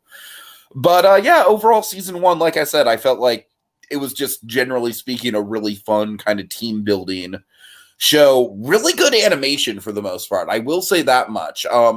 The actual character models I'm not super stoked on, but I love the lighting, and the environments and backgrounds are just chef's kiss. The lighting too. So there's a lot of the lighting, the particle effects. There's a lot of elements about this show's production design that I'm really impressed by. And yes, so let's retroactively go back and talk about the Ahsoka trailer. Like, like seeing stuff like Sabine and Hera, Dragon. Hera might be my favorite character on this show. So seeing her, I really hope she's and Sabine, honestly, out of the main crew, is probably my least favorite. So she got the most focus in the Ahsoka trailer. So I kind of hope that Hera gets at least an equal amount of focus. We'll see. One thing I'll say, and I honestly kind of think it has more, it rears its head more in season 2. I'm not the biggest Ezra Bridger fan. I have a feeling that his character is going to progress more in season 3, given the season 2 finale. But I don't know. I maybe it's the voice acting. I just kind of feel like he's a little naive, like this deep into the show. But yeah, overall, I'm very glad that I'm kind of like finally diving into the Filoni verse. It's very satisfying. Definitely going to give Clone Wars a go after this. So yeah, as Obi-Wan would say, I've taken my first step into a larger world. Yeah. Okay. God, I'm such a dork for citing that. All right, The Night Agent.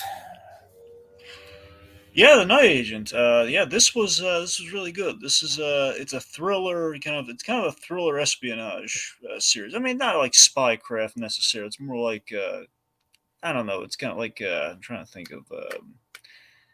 I mean, there's a term for it, but let's just say espionage for simplicity's sake. Well, I mean, this is based on a novel, and this was adapted into a Netflix series. It's 10 episodes, but it's like it's a limited series. There's room to do a season 2. I don't know if there are more books in this series or not, but let's just say this is you feel it's definitely like a full story here.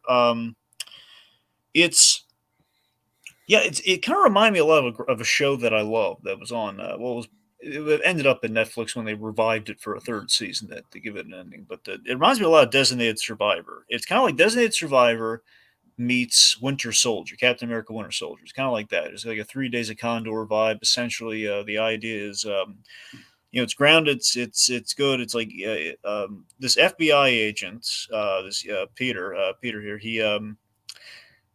He ends up he goes on a subway and he stops a bomb from going off, and because his father was in quotes, because you get a sense there was more of a story, was in quotes a traitor, like he was like betraying his country somehow, or was most likely framed for doing so.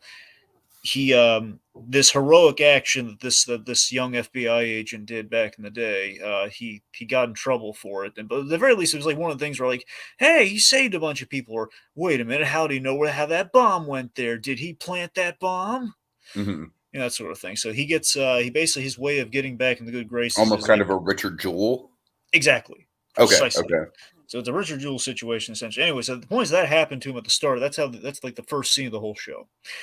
And each episode starts with a flashback, and that was the flashback that kind of kicks everything off. So like a year later is our main story, where he takes the job at the White House, which is a night agent. A night agent in the White House, essentially a guy who works for the FBI, or at least in conjunction with the FBI. You go into a secret little vaulted room in the White House, and you get all the calls. That's it. It's a boring Got it. job. So the idea, he does this like boring job for amount of time, and then he'll be able to get any job he wants, sort of thing. Anyway, so he takes calls. He takes emergency calls. He gets this call from a girl who basically gets wrapped up in this conspiracy that he then is like on a road trip with her, helping her foil a government conspiracy, and it's really good. Now here's the part it's really going to sell you. Hong Chau's in this. Okay.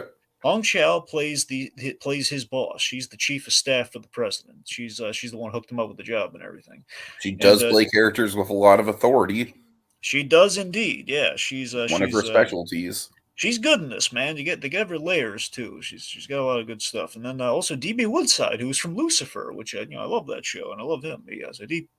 DB Woodside has this good character too. He plays a Secret Service guy with an interesting chip on his shoulder. This Secret Service guy is kind of famous because he, like, on a viral video, he took a bullet for the president. Like, someone tried to kill the president, he jumped in front of it, and he took a bullet. Oh, really? Oh, wow. So it's like he has kind of a celebrity about him. Like, everyone loves this guy, where it's like, basically he's known for getting shot, So, yes, as I said, 10 episodes, good thriller. The climax, I'll tell you this, for me, the best part of the climax. The climax is great. Without telling you at all what happens, Peter has to do something insane to try and save the day, and it's like one of the most tense things you've seen, and it's like, oh my god, how the heck is he going to get out of this? Mm-hmm. So yeah, it's also the hitmen are interesting too. There's the hitmen that are pursuing them, and they're really interesting and really twisted at the same time. Like, one of the scenes, like, they use a baby to kill people. Oh, Jesus! Not actually like using the baby as a weapon, but they use like the baby as like a Trojan horse. But literally, right. It's like, yeah. I forget if they took a baby and basically used it as like a way of getting in someone's house, and it's like it's an actual living baby. It's like, oh god, man. It's crazy. All right. So that's a lot of fun. That one. Okay, so yeah, really quickly with Rebels Season 2. Honestly, Dragon, in some ways, I do feel like, obviously by the nature of this being 22 episodes as opposed to Season 1's 15 episodes, there's a little bit more filler in here. The one thing about this season that didn't sit right with me the whole time, and I don't know if I'm ever really going to get used to it, is like, kind of like the red shirt rebel guys that are just kind of like standing around in the background a lot of the time. I don't know. I guess like I'm kind of like Kanan, as far as like, oh, I like this better when it was just us, like just the one crew against the world. But I will say I do think Season 2, like, there's definitely an interesting plot kind of throughout of the crew sort of adjusting to the bureaucratic side of being a part of the, the core rebel alliance. I think Sato, I think his name is a really interesting character. The main rebel commander. Let's see what other elements about this season are noteworthy. Obviously, Ahsoka is good in this season, and of course she shines in the finale. But Dragon, I really took a liking to Rex. Like, Rex in this season is like one of the main reasons why I want to go forward and kind of like go deeper into the Clone Wars side of things. Well, you mean backwards, but yeah. What? You mean go backwards? Well, yeah, for sure. Yeah. Like, Rex really kind of stole this season for me, man. Every time he was on screen. Let's see. I will say the main Inquisitors, I kind of thought it was a little bit lame how, like, I don't know, it got a little repetitive where it's like, and there's more Inquisitors. I honestly thought the Inquisitor thing worked a little bit better in Season 1 when it was just the main guy. Yeah. But, of course, then you have Vader in certain episodes, and obviously the season is sort of bookended by Vader, and that works very well. And so I guess the other, like I said, Dragon, the big thing emotionally, the biggest emotional gut punch, I love Clancy Brown's character. Oh, yeah. I don't remember his name off the top of my head, but like, as soon as he popped up, I recognized the voice. He basically plays like an old friend of the parents. Dragon, oh my god, that guy had such pathos to him, and Clancy Brown just played it so well. But the scene where he tells Ezra about how, spoiler alert for Rebels people, like the parents got Ezra's transmission and that inspired them to break out of prison, but they did not did not successfully break out, and they in fact died in the process. Like, Dragon, I honestly don't even think the show lingered on it as much as they could have. But like, if you really think about it, that is an emotional gut punch for Ezra, because like, not only did obviously it's confirmation that his parents are in fact gone, but like the more fucked up side of that for me was like, okay, like him doing the transmission obviously did some good because all those people went free, but at the same time, him doing that transition very literally directly led to his parents' death. I mean, that is some deep shit right there, man. I was really impressed by that on a writing level. And then, of course, the finale, Dragon, just, oh my God, I literally finished it like 5 minutes before we came on here, and it's perfection. I mean, it's genuinely some of the most thrilling Star Wars stuff I've ever seen. Just Darth Maul in that. It's so fucking good. The way the season ends, Dragon, I am so anxious to dive. I will say this, like, when I ended season 1, I was like, okay, that was nice. I'll take a week or two and then jump into season 2. No, fuck that. I need to jump into season 3 like right away. Like, this season very much has kind of like an Empire Strikes Back ending. And I'm still kind of like, my brain is still kind of like sort of going haywire with that. So yeah, overall, like, I definitely think there's some slower episodes in season 2. Season 2 probably has a couple of my least favorites in the whole series. One that kind of sticks out to me is the one with the babies. It's literally like a baby escort mission. I'm like, this is lame. But then, again, we also get interesting kind of character building stuff, like the one with where Zeb and Callus get stranded together, which very much seems like it's character building for Callus. That's a good one. What'd you think of Hondo? Oh my God, yes. Thank you for bringing that up. The 2 episodes that Hondo appear in are in fact gold. They're gold. Yeah. Oh yeah. I mean, Teddy, we're talking about Star Wars Rebels. Jesus. I mean, Dragon, I love how just like Hondo Anaka just instantly takes a liking to Ezra Bridger. I love it. The only regret I have with Hondo, and they did it intentionally for a good reason, it's they want to differentiate the eras of Hondo, but I miss the coat. Yeah.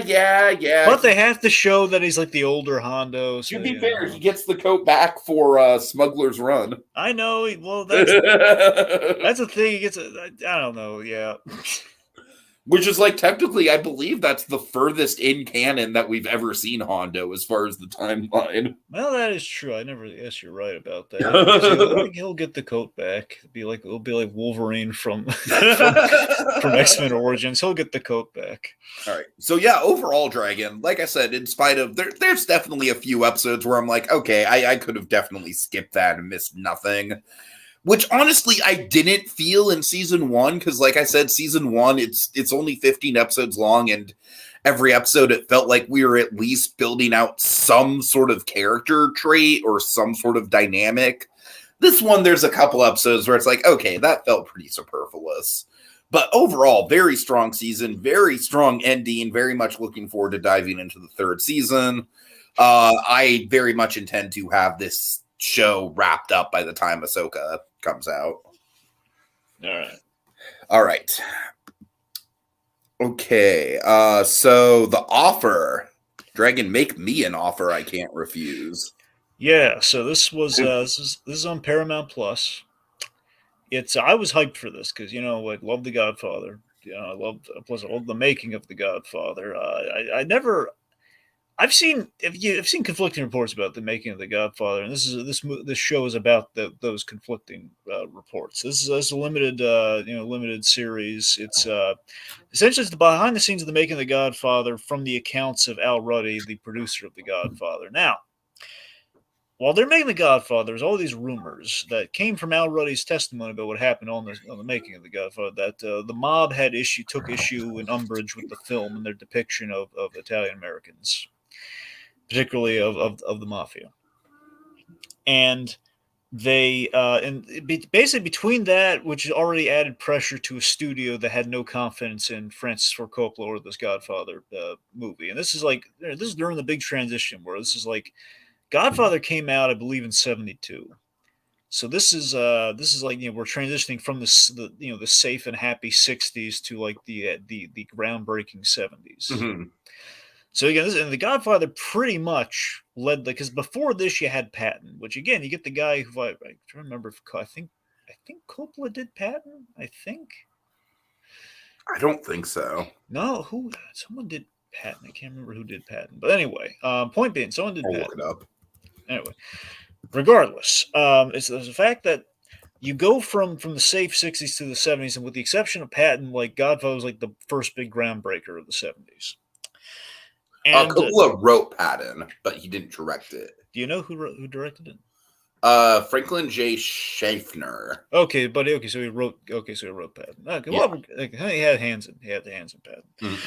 Anyway, so that's what I'm saying. This is adapted from the memoirs that Al Ruddy wrote, which, from what I understand, at the very least, this show adapts those memoirs pretty well. And like the only real leap that they took was that, we combined all the producers on, not the producers, we combined all the studio heads so we could like make it more like.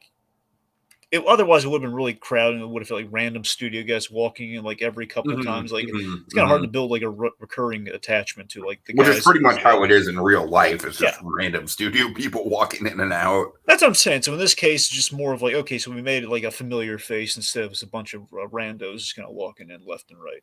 Sure. Anyway, so and there are some people have raised questions about the accounts of this. I mean, I think mob guys have confirmed like, oh yeah, that definitely happened. So it sounds like everything essentially happened in real life, but some people, I don't know, anyway. This thing's got an excellent cast. Miles Teller's in this. Miles Teller plays Al Ruddy. He's the main guy. Really? Yeah, so you'd love the cast in this, Diggy. So you have Miles Teller as your lead, as Al Ruddy, the producer, who essentially he came across the book, The Godfather, that Mario Puzo is a character in the show. He writes a book, essentially had a debt with the mob, essentially a gambling debt with mobsters, which inspires him to write the book.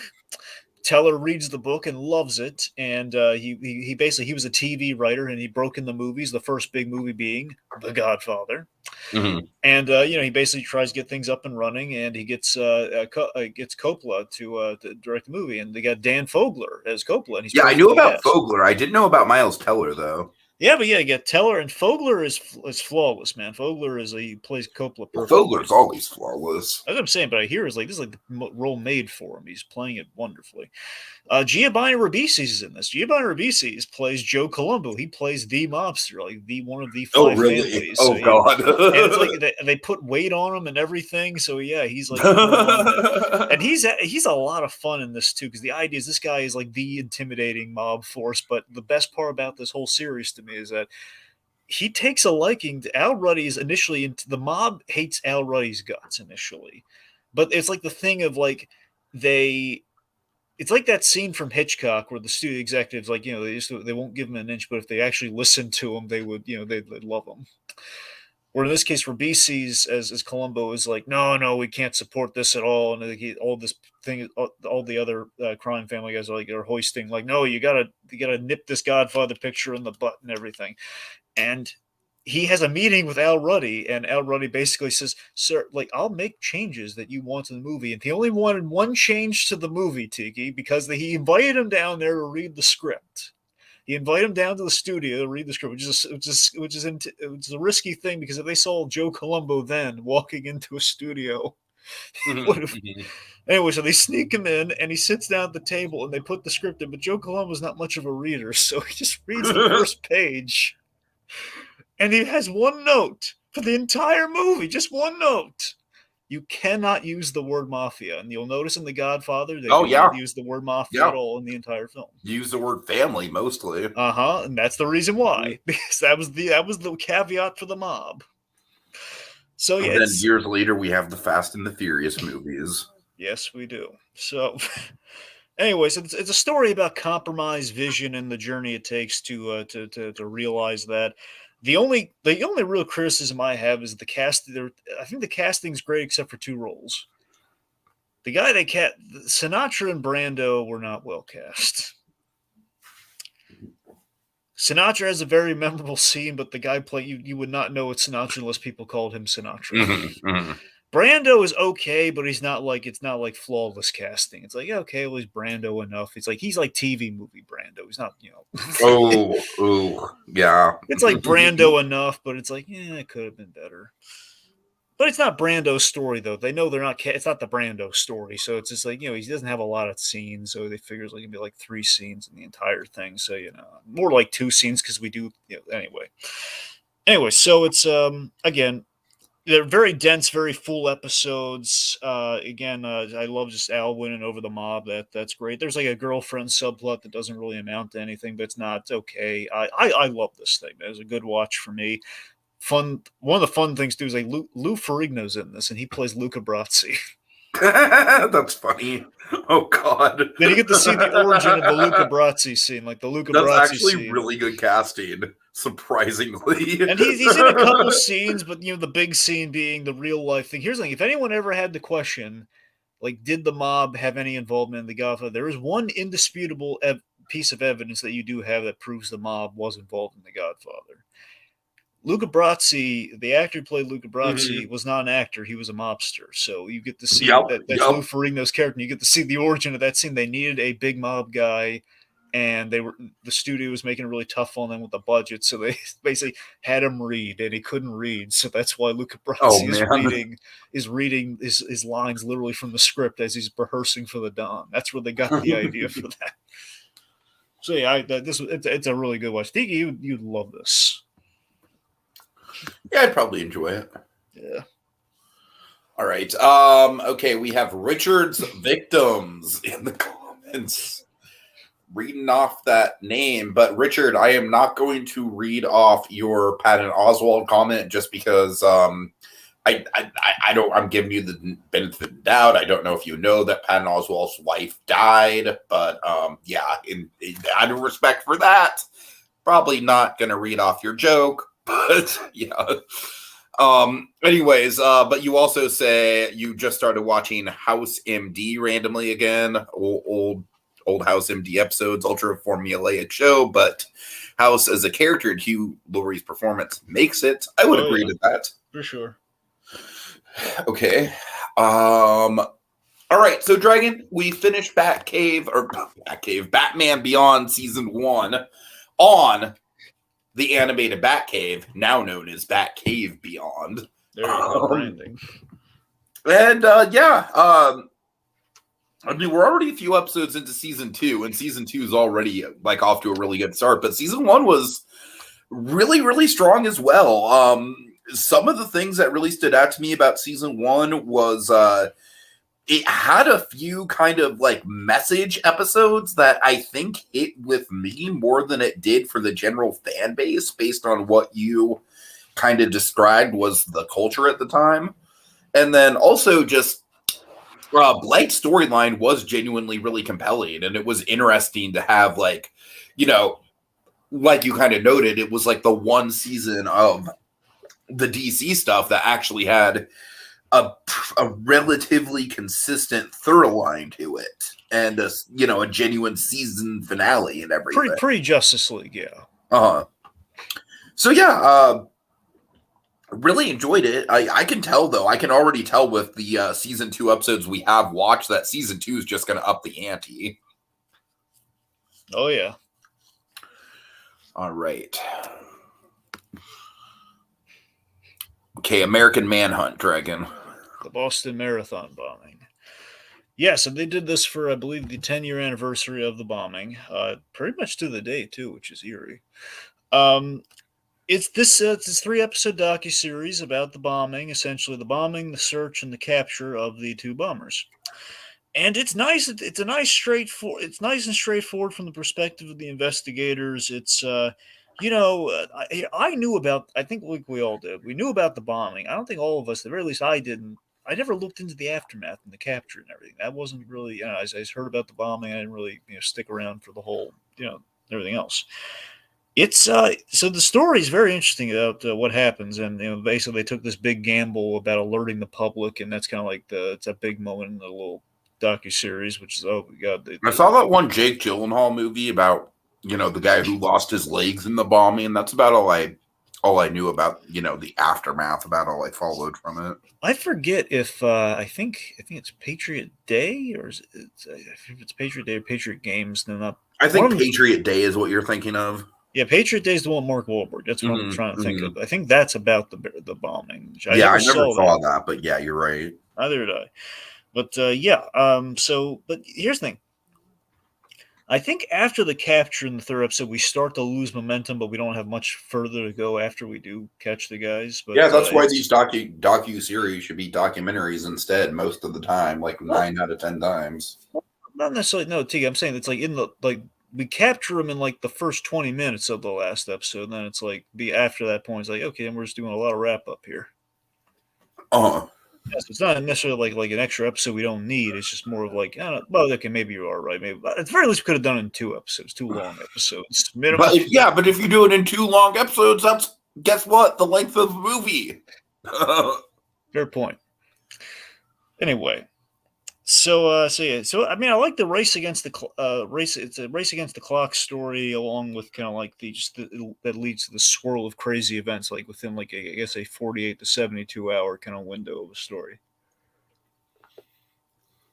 So honestly, I think mostly that's why it's like 3 episodes. I think it's because this thing pretty much, if I recall, just a 3-day structure. I think so. I'd have to check, but I think roughly movies totally can't have a 3-day structure to them. All right. Don't be that. I'm sorry. That was petty. Yes. Anyway. All right. Okay, so you didn't get around to Beef, did you? No, I did not. I did not watch Beef. No. Okay, well, I would highly recommend it, Dragon. Out of everything this month, like including movies, catch up, everything, this is probably the thing that I think you would be into the most. It is just a juicy drama, man. That's all I can say. The basic premise of it. It's basically Ali Wong and Steven Yeun get into a little fender bender right at the start of the show, which leads to a pretty extreme case of road rage. And this case of road rage basically has like just a crazy kind of Albuquerque-verse style domino effect on both their lives. And it turns into just like Dragon, just the way in which like the ripple effects of it kind of go about. It really is captivating. It really is. I told you, I literally watched this thing in one damn city, and I literally did not stop at all. Once you're hooked on it, I mean, it is super addictive. And one reason for you to check it out, Dragon, is basically the entire Thunderbolts crew. The writer, director crew, and Steven Yeun, and I believe a couple of the supporting cast members as well, are all on board for this. So it's like, if you want to get a taste for what they're doing with Thunderbolts, like Marvel has pretty much put all their stock into these guys for that movie. And I got to tell you, man, if like there are some really good tense action beats in this series that are pulled off really damn well, but there's also just a lot of, raw human drama. I don't know. It's just got a perfect sort of blend of comedy, drama, tension. It's just a really damn well-made show. And I don't think it's A24's first TV show officially, but it's one of their first. And it's definitely, Like, it's definitely up there. It feels like an A24 product, but not in kind of like an artsy fartsy Beau is Afraid type of way. In an exciting, like, oh, this feels really fresh type of way. Okay. All right. Richard Victims, we already did talk about Evil Dead Rise. Yes, you unfortunately you missed that. You'll have to go back and kind of go back earlier to hear my full thoughts. But to give you a brief elevator pitch on my thoughts on it, I liked it quite a bit. And this is coming from someone who is the original Sam Raimi Evil Dead movies are one of my big kind of blank spots on my pop culture resume that I've yet to fill in. But I think Evil Dead Rise really stands on its own. It's it takes the really simple premise of the Book of the Dead equals bad. You do not fuck with the Book of the Dead, and really runs with it. There's some really gruesome, violent shit that happens in Evil Dead Rise that's very entertaining. It's a really good kind of midnight popcorn movie. I would highly recommend it. Okay, I'm sorry, Dragon. Take us out. Yes. Out of the TV, at least. Yeah. I was getting a little worried there for a second. No, I know we also have catch up. I know. Let me tell you about Waco. No, not the Netflix series. We did the last one. No. This is the mini series Waco. Yeah, so because of that, I looked into it because here's the thing. I actually was under misconception. I heard about there was this biopic series on the events of Waco that was called Waco Aftermath, and I had the misnomer that so they kind of subvert. I feel so stupid. I actually thought that I heard about this thing, and I thought I saw these trailers for Waco Aftermath, and I thought like, oh, it's kind of interesting. They instead of basically showing what happened, they just jumped to the aftermath of what happens. Oh God! But no. They apparently that's a follow up that's happening right now. But in 2018, they did a Waco series, so I went back and watched that. Okay, it was great. Yeah, it's. I just feel like I have the stomach for this right now. I mean, like. I'm kind of to the point where it's like I'm still like I watched the first couple episodes of Hunters season 1 to catch up, and I'm like, oh, this is like God, with everything going on in the world right now, I really don't have the stomach for this shit. The thing is, not like the world's gonna get better. Yeah, I know. That's what's terrifying. Anyway, so. Yeah, this is so apparently this is adapted from a book from the negotiator's point of view. So Gary Noshner, I'm butchering his last name, but Gary. It's about Gary, man. Gary is played by Michael Shannon. Michael Shannon's in this, and he's great. He is the negotiator, and essentially he's trying to facilitate this horribly mishandled bust. Which we all know the story of Waco, but just cliff notes here. Essentially, this. You see just all the poor decision making that led to the Waco catastrophe here, but you get a little bit more context in the show, though, which is basically the one element I was missing from the docuseries. Just a little bit of lead up to it. The lead up, which is good, is John Leguizamo. He was a guy who was investigating David Koresh, and he actually saw a little bit of humanity in the guy before. Oh, I was going to say, get the fuck out of here. John Leguizamo was playing David Koresh. No. Oh my God. If that was the case, it would have been a must watch. No, that's the thing. So Leguizamo is a guy who's basically keeping tabs on him and the cult, essentially. And he's basically infiltrating him, and he's playing. Basically, he pretends to be a neighbor, and he gets invited to visit him and everything. He actually takes a bit of a liking to the guy, and then he reports that, okay, guys, listen, don't come down. There's a lot of weapons here, and they have a suspicion that you're coming. Essentially, he'd been kind of made, and he tried to warn the ATF not to come down, but they disregarded that warning. They went down there anyway, and they screwed up royally. Like, they shot dogs, which basically set everything off. Or they're shooting our dogs.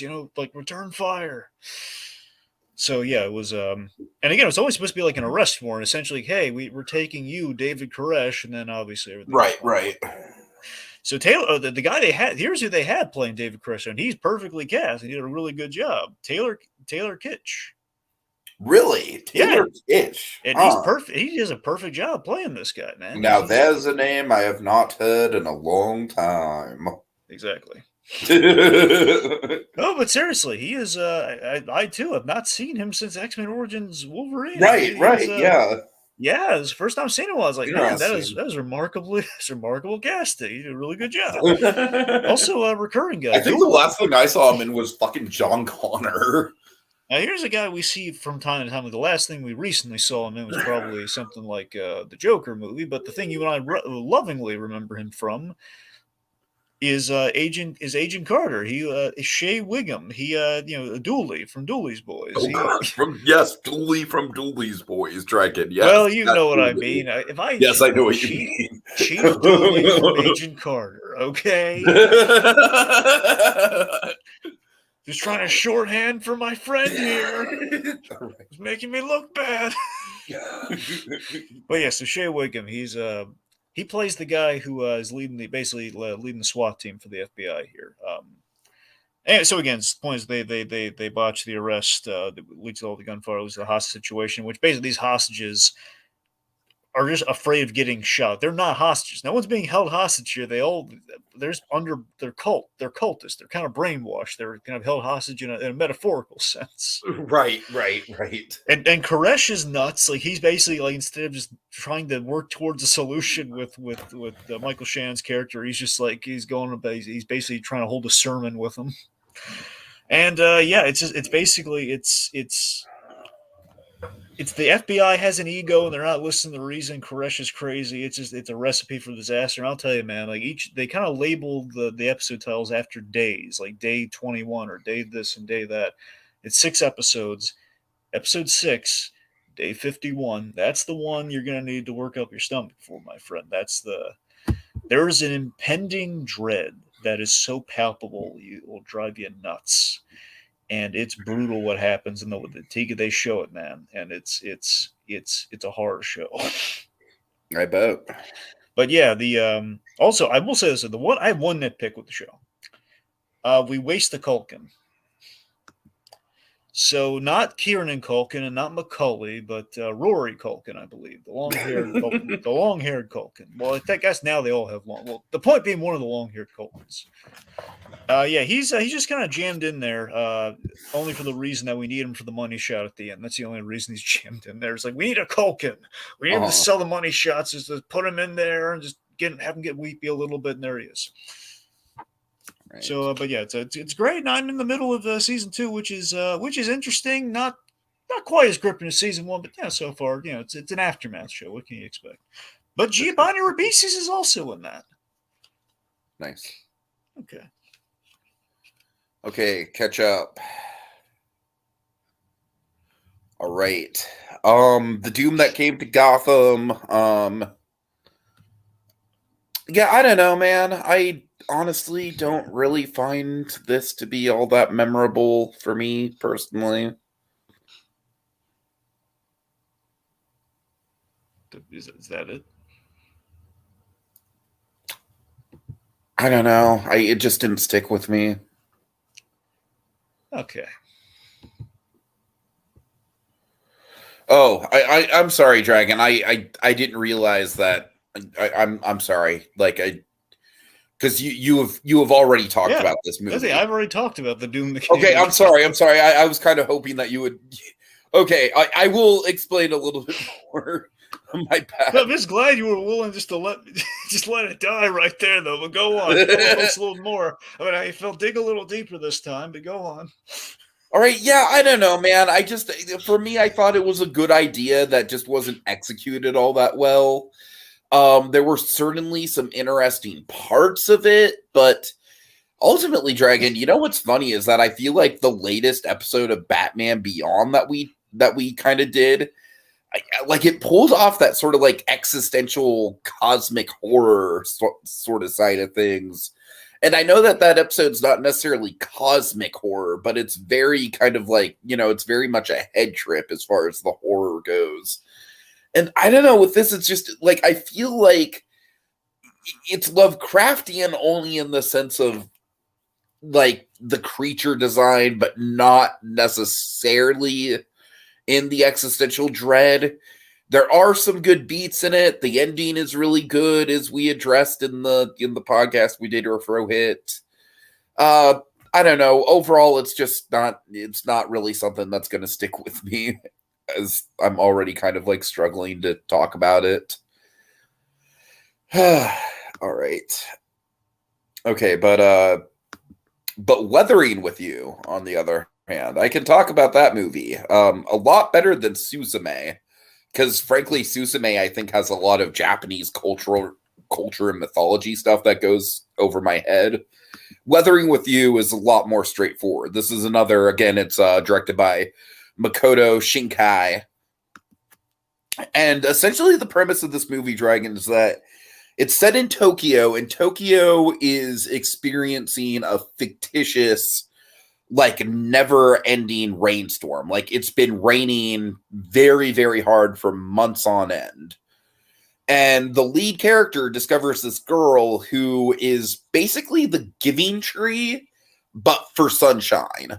So the idea is that she can go around to different parts of Tokyo and make it sunny, have nice weather, but it kind of takes away like a part of herself. Like she can literally feel herself fading every time she does it. But that's kind of like a reveal. The giving tree element is kind of a reveal later on in the movie. The movie mainly revolves around them starting a business where they literally call her the Sunshine Girl. And the business is that they're going around to different people, like, oh, I need this spot clear for my daughter's birthday party, or I need this, it needs to be clear on this day for like an important sporting event that I have been practicing for, or something like that. And that side of things, like the growing the business and the main character, like the two of them have really good chemistry with each other. And like, unlike Suzume, it's actually age appropriate. And and then it gets to the third act where kind of like that giving tree sort of dynamic kicks in. And you realize that all the time that she's been doing this for people, giving them sunshine, it's been directly affecting her. And I don't want to give away like direct spoilers about it, but the third act is pretty emotionally devastating. And there's some pretty heavy hitting thematic stuff in this movie. It really stuck with me.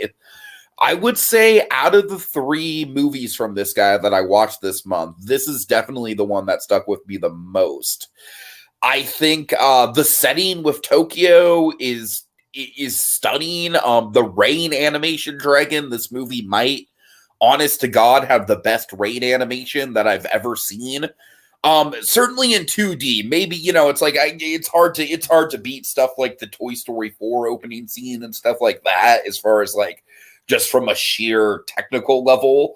But certainly in 2D, it's probably the best rain animation I've ever seen.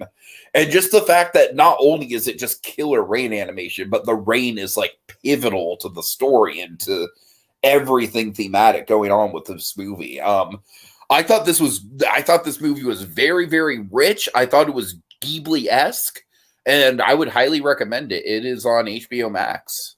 So yeah, I would. It really, really, it really won me over. Okay. All right, so Tetris Dragon. This is one I'm on the fence about seeing. So you're gonna have to sell me on it a little bit. So the guy who directed Stan and Ollie did this, John S. Baird. Okay. I don't think I ever saw Stan and Ollie. I think you'd like that too, but not again. This one probably would take priority. Isn't the great story how we got Tetris? Taron Egerton plays the kind of like the hungry kind of salesman who Hank Rogers, I think is his name. Essentially, this is an interesting guy. Like he's like in an interracial marriage. I think he lives in Japan. Even he's he's an adaptable guy. He's basically an adaptable guy and a kind of a desperate salesman who basically invests every penny he has in Tetris after he sees it at a convention. And he basically, so imagine if you invested everything you had in this game that you knew after playing it for a few seconds, you knew after you played for a few seconds and then you end up playing it for longer in a few seconds and it gets addictive and you realize, oh God, this is a money printing machine right here. after you basically think that you bought the rights for this and everything, you then find out technically the Russians own the rights and you have to get it from them. And this is in the 80s. Iron Curtain, I'm pretty sure is still up. He's got to go over there. And so that's the thing. It's like an 80s. It's like we're not just setting this in the 80s arbitrarily, or just like capitalizing the 80s. We're setting this in the 80s with a purpose, and that you do not want to go to Russia in the 80s. And obviously, there's some then parallels to now. Of course. So Yeah. there's a lot of tension there. And Tika, the best thing I can say to sell this on you is it's a unique biopic with a Bridge of Spies vibe to it. You know, it's Yeah, I do use that line for sure. because again, it feels a lot like. I mean, obviously, if it was an Apple TV Plus, I would probably have already watched this if it was on Netflix or Prime or something. Yeah, of course, yeah. That's one thing. So it's, I don't know. This is a good. It's kind of in the broad sense, it's kind of mundane in terms of. So we're doing all this for video games and video game rights, essentially. But I mean, I am one of those people who considers Tetris to probably be the best designed video game ever. So that's the thing, and there's a real. If you like that, Tiki, I think you really preaches because the idea is that Taron Egerton's character, he befriends the guy who created Tetris, who was a Russian, and this guy just was a pure guy. Like, didn't have like an agenda or anything. He was just like he's a happy little guy who can play on his computer, and he created Tetris. And then basically the Egerton comes in just thinking he can. Oh yeah, guys, just want to make sure I bought these rights, and I just want your permission so I can basically do the cartridge of it. That's I think it was for the cartridge rights. And then they learn about. Wait a minute, we did not sell you this. This is ours. You can't leave. And so to say, yeah, it gets it gets tense. There's so it's the fact that the movie gets so tense over Tetris. It's really interesting. It's a battle of egos and wills, and there are threats, and it's so much gravitas to this mundanity. And basically finding kind of like compromise and contract and business loopholes yet again. It's there's tension there. You know, I don't know. It's like it feels like it's like you said earlier. To give me, it feels like I don't know if a tight 2 hours is right. It's it's under 2 hours if you factor in credits and stuff. But I don't know. It was enthralling for what it was, and it's a refreshing biopic compared to the usual stuff that we see. Compared to the next one I'm going to talk about, it was tremendously better. It was, I enjoyed it. I mean, I'm not going to say it's like the best biopic I ever saw, but I'm hard pressed to think of another video game biopic. So, it's a good start at the very least. Dragon, how dare you insinuate that this is a better biopic than Big George Foreman, the miraculous story of the once and future heavyweight champion of the world? Wait, what? I'm kidding. I just wanted a chance to poke fun at how ridiculously long that title is. Okay. That's the official name of the damn movie, Dragon. That's how it shows up on Fandango. Well, true, just not a video game movie, but yes, thank you. No, I'm just that it is a biopic, though. Sure. All right. Anyways. Okay. So Climax. Let me tell you about Climax, Dragon. This is a very intense thriller, one could say. It's a very kind of like self-contained thriller. Essentially, the premise is that there's a bunch of it's a dance troupe from France, and this is a French movie, so subtitles and everything. Yeah. And most of the cast is actual like professional dancers who are basically improvising. And it's kind of one of those movies where it's shot kind of Blair Witch style, where it's like the director gives them like sort of cues for like, okay, we want this scene to reach this certain point, but how you get there is kind of up to you. And most of the characters in the movie are basically just kind of playing exaggerated versions of themselves to a certain extent. And so anyways, the idea of this movie is that it's after a big rehearsal. The movie starts with like this crazy choreographed, like 10-minute long one-cut dance sequence. That's like the rehearsal. And it's super impressive, just the choreography of it. And then, Dragon, I want you to follow this, all right? This is a very complex plot progression, all right? I need you to follow me here. Somebody spikes the sangria. Somebody spikes the sangria. Somebody spikes the sangria. Not the sangria. Yes. And Dragon, it turns into a horror show, man. It gets intense real fast. This movie has replaced Midsommar as being, for me, the most accurate representation of a bad drug trip that I have ever seen on film. And it is harrowing. And, like, there is so much fucked up shit that goes wrong. I will give you one taste, Dragon. I will give you a taste of the fucked up shit that is going wrong in this movie. One of the people in this dance troupe is a single mother. And so there's like this like 8-year-old child who's kind of like wandering around the party. The mother tries to put the child to bed, but of course there's a moment right when shit is starting to get intense where the child happens to come out. And that's where people are like, the mother is actually the one who made the sangria. So people are kind of like, when they realize that there's something fucked up with the drink, they're pointing at her at first. And so there's kind of like this mob mentality against her. And Dragon, she locks the kid in the fucking electrical closet. And then she loses the key. Oh boy. Yeah. And that's just one of like 10 different fucked up plot lines that's going on. And it is so intense. It is ass clenchingly intense. And the really interesting thing too is that as far as like the cinematography and the lighting, the deeper the movie goes, the more distorted and fucked up it is. And that kind of also simulates like where you are on the drug trip. And it's insane. It really is. I mean, it is quite horrific. It is very much an anti-drug movie for sure. So yeah, definitely a highlight for me. I don't know if I'll ever watch it again, but the movie definitely went to some very unexpectedly dark, fucked up places for sure. Cheery. All right. Okay, so the Boston Strangler. More good news. I know, right? Yeah, so this is like a little let's see. So this is a little biographical, kind of biographical drama on Hulu. A little Hulu movie they did. It's yeah, I was a little let down by this one. Yeah, I was, I was let down by this biopic on the whole Boston Strangler affair that happened back in, I believe, the late '60s. I think.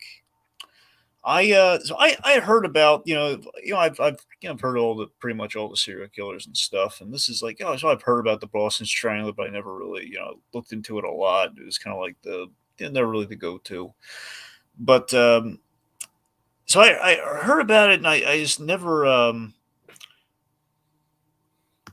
I never looked into it, and watching this movie, it's something's occurring to me about this movie. Is that I think this movie ultimately was an example. We're at a place right now with the serial killer biopics where it's example of the danger of. We're very conscious now of the danger of playing into the of glorifying the serial killer.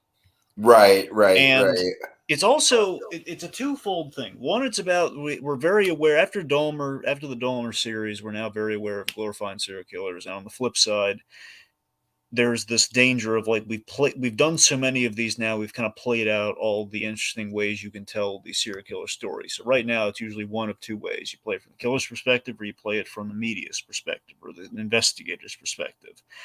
And it just feels like now we're kind of in a box with those two. And this movie specifically is about this. So it's on paper, this really works. You have two women who are investigating, two reporters who are investigating the Boston Strangler, and very famously, they connected the dots before the cops could, and the cops were kind of dragging their feet on things. And in the process, like roughly 13 women got killed. Because of this, because they wouldn't listen to these ladies saying, "Hey, no, it's the same guy. These 3 cases, same guy." And yeah, you get good action. You get Keira Knightley and Carrie Coon. We like Carrie Coon, so she's Oh, I in love this. Carrie Coon from The Leftovers. Yeah. Yeah, so she's in this, and also, I mean, yeah, Dave DeSmallchin's in this as well. I love Dave DeSmallchin. But the issue is DeSmallchin's in this, and it's cool, but it's just like we don't really spend any time with them, and it's like we're having a distance from the killer because we don't want to glorify him. But at the same token, though, I don't really know what to invest in the story. I'm kind of investing in the women who are trying to stop it, but it just feels a little run of the mill. And what's not helping is that the unfortunate thing about the Boston Strangler story, and I, again, not really knowing much about it, I kind of found this out the hard way. The Boston Strangler story has an anticlimax. It has a tragic anticlimax. In which it's not like yeah, we got the bad guy. It's like, okay, not only did we not get the bad guy, the bad guy essentially got away with it, and we did not get him. And even if we did get him, it was a short-lived victory. So it's a movie because of this. The movie's overall it's okay, but it's really, really hollow. It's like, I don't know. I've heard good and bad praise about this movie, and I kind of went in not knowing what I was going to get. I thought, like, I was hoping for the good. I ended up getting more close to bad. I think it's just somewhere in the middle. It's just, there's a good movie here, but I don't know if it was the director or what, but it was just very hollow to me.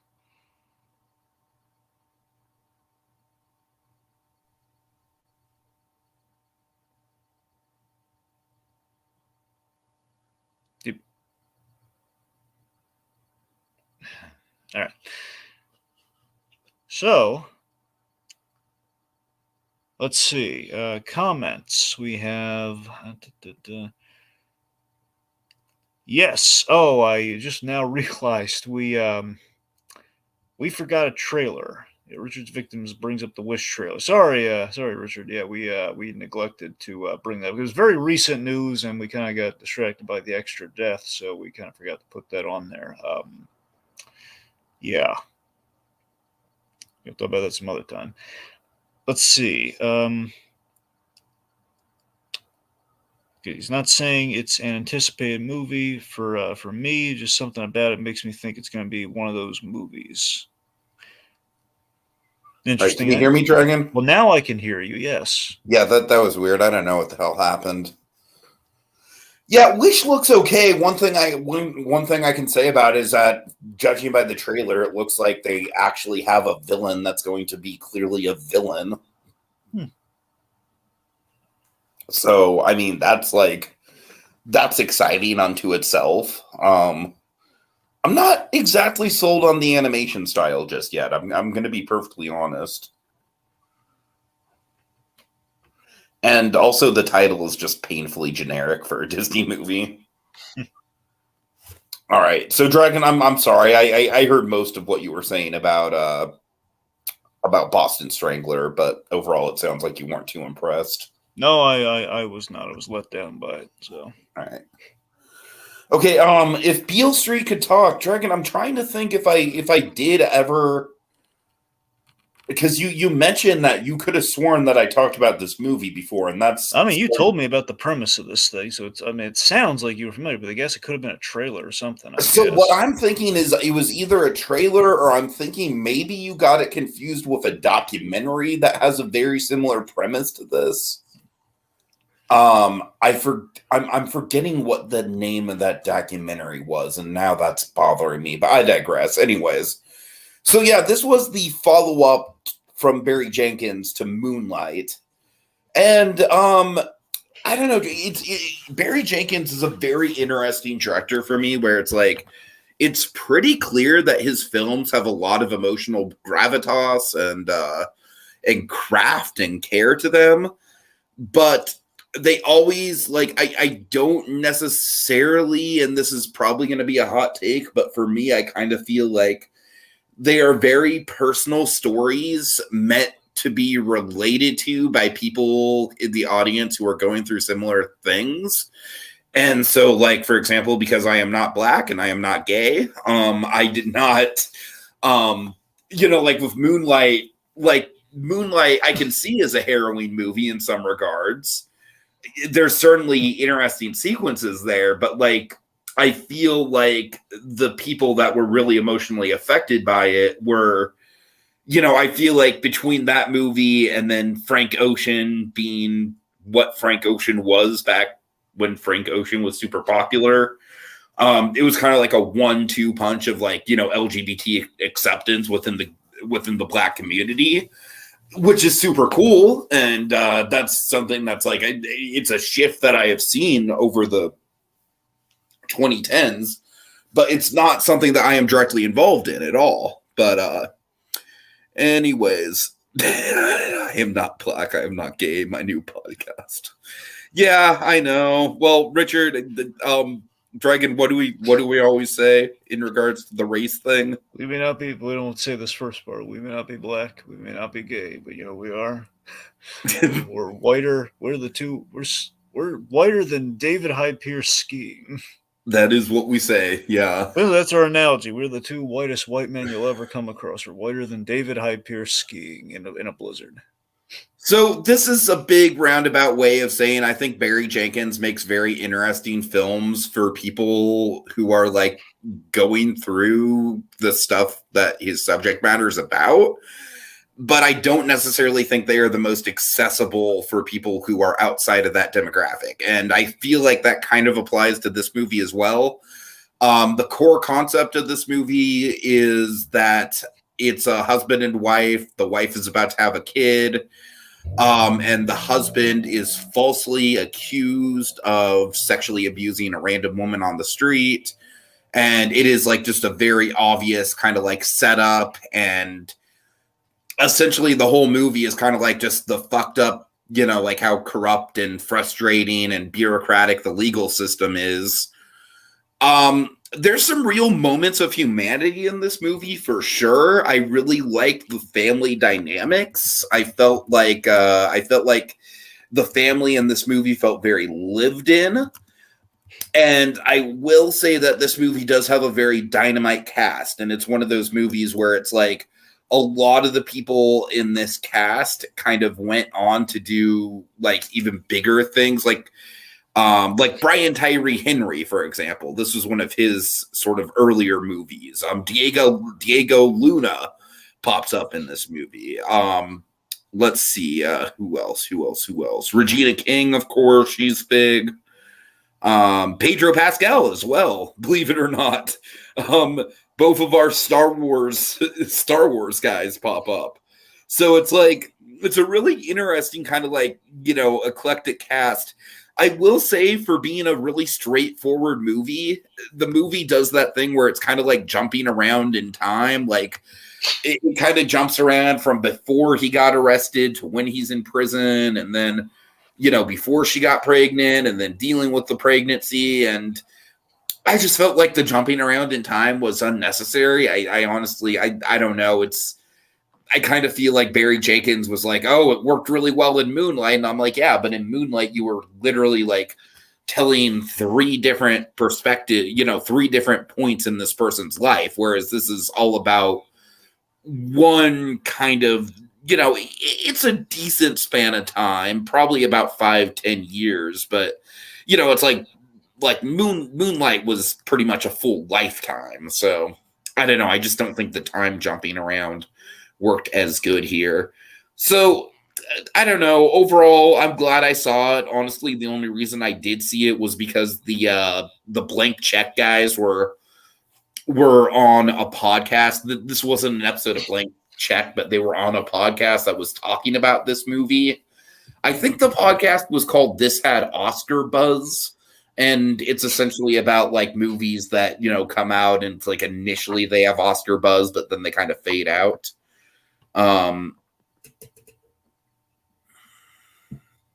This movie has a diamond cast. Wow, the 1940s just came back and I'm being drafted to the war. Okay. I don't know that. I don't quite get the context. No, it's a very 1940s way to say that, Tiki. This movie is a diamond cast. Okay. Well, I'm a very old-fashioned guy, I guess. Tiki, fun fact: Michael Lerner was in Blank Check, the movie, the bad 90s movie. Oh God. All right, so mystery movie Dragon, what do you got? Cocaine Bear. Oh, okay, all right. Yeah, so as you know, based on That bear sure did some cocaine, didn't he? a lot of Didn't she? cocaine. Didn't she? I'm Yeah, sorry.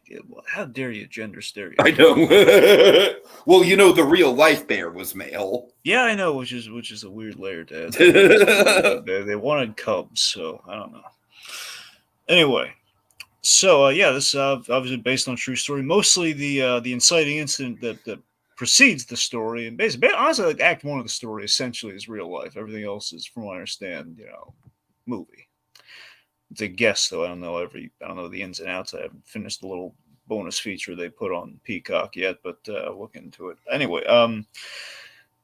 It's this movie's crazy. It's going for it. It's Jaws on cocaine in a sense. It's like if Jaws had legs. Is this the closest we're ever going to get to Moose Jaws?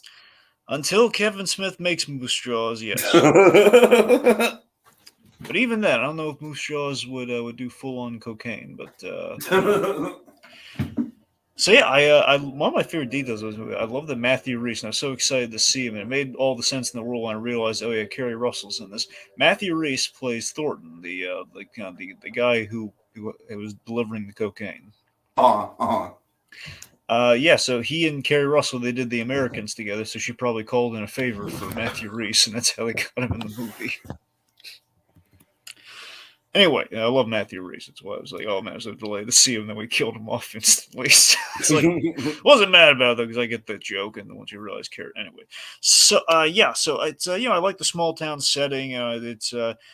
It's swinging a little bit with the irreverency, though. I gotta admit, it's like the kids eating the cocaine. It's a bit much, It's like it's an out there scene. I don't know if it's right. I mean, I don't know why we're giving Isaiah Whitlock Jr. like a little dog. We're just kind of throwing it in there, and we don't really. Right. It's not a lot of a payoff there. It's just like, does the dog? The dog doesn't even meet the bear, right? No. That's what I'm saying. It's like we just kind of gave him a little dog just for reasons. We're doing a couple weird stretches like that, but I mean, I loved Ehrenreich. I love Alden Ehrenreich and Ice Cube's son. They're. I think those two were like the highlight of the whole movie for me. Yeah, I really loved the plight there. The idea that Ehrenreich's lost. Ehrenreich, man, oh my god, he really did kill it. I thought. Yeah. I love the fact that he's reeling from a loss, and He's reeling from a loss. We have like that really great dark comedy joke of what is it? Love John. Right. Yeah. Instead of Love Joan. God. But yeah, I mean, I love O'Shea Jackson Jr. Man, he was two Star Wars actors again. Indeed. Yeah. I just felt like the ensemble cast in this movie, like everyone brought it. Margot Martindale was on her A game, like character actress Margot Martindale A game. Tiki, when has character actress Margot Martindale never been on her A game? Oh, I know, but I'm just saying she definitely delivered in this movie. Yeah, so I mean, look, it's not as far as Ray Liotta goes. Not the movie I'd have Ray Liotta like go out on, but But at the same time, doesn't it feel weirdly appropriate that it's something this fucked up? Well, I was getting there. He had a lot of fun with it, and it's Ray Liotta and a bunch of cocaine, so it's just going back to Goodfellas of it all. That's what I'm saying. Yeah. So in a sense, it is kind of cyclical there, but then it's just honestly it's the idea of Ray Liotta having fun and just going for it, which is nice. I mean, overall, it's. I mean, Cocaine Bear. It's it's kind of, I guess you could call it like campy or maybe is schlocky appropriate? Is that maybe insulting to it? Is it schlocky? Right? No, it's kind of schlocky in some parts for sure. At the very least, conceptually, it's schlocky, especially when it like tries to go for the emotions. Yeah. So I mean, it's admittedly it's probably a little. I think we kind of stall out the ending a little bit, but overall it's good. Okay. All right, Your Name. I genuinely have no idea how to talk about this movie. It's a little bit more straightforward than Suzume, only that I didn't really feel like I was missing out on like cultural stuff. But it's a complicated movie, so I will do my best. at the heart of it, it's a body swap romance movie, which sounds really weird, and it is really weird. Oh boy. But essentially, it's, and again, unlike Susume, from what I know, it's two high schoolers, so there's no weird age gap thing going on, thank God. But the interesting thing about it is that there's a plot twist going on, because the movie kind of plays out where it's like they're like when each of the two dream, they end up in each other's body. So it's kind of like a waking life, dreaming life kind of situation. I see. There's a twist that happens about midway through that recontextualizes it. And it kind of makes it more of a tragedy, because essentially the guy realizes that the girl that he's slipping into the body of is actually from the past, and that she is living in this rural town outside of Tokyo, and he's living in Tokyo. And this rural town is going to be hit by an asteroid or by a comet or something. I forget exactly what it is. I think it's a comet, and it's basically going to wipe out the entire town's population. And this event has happened in the past of the main boy character, but you follow me here, where the girl is from about 5 years in the past. And so it's like when they swap the bodies, they're also kind of shifting timelines.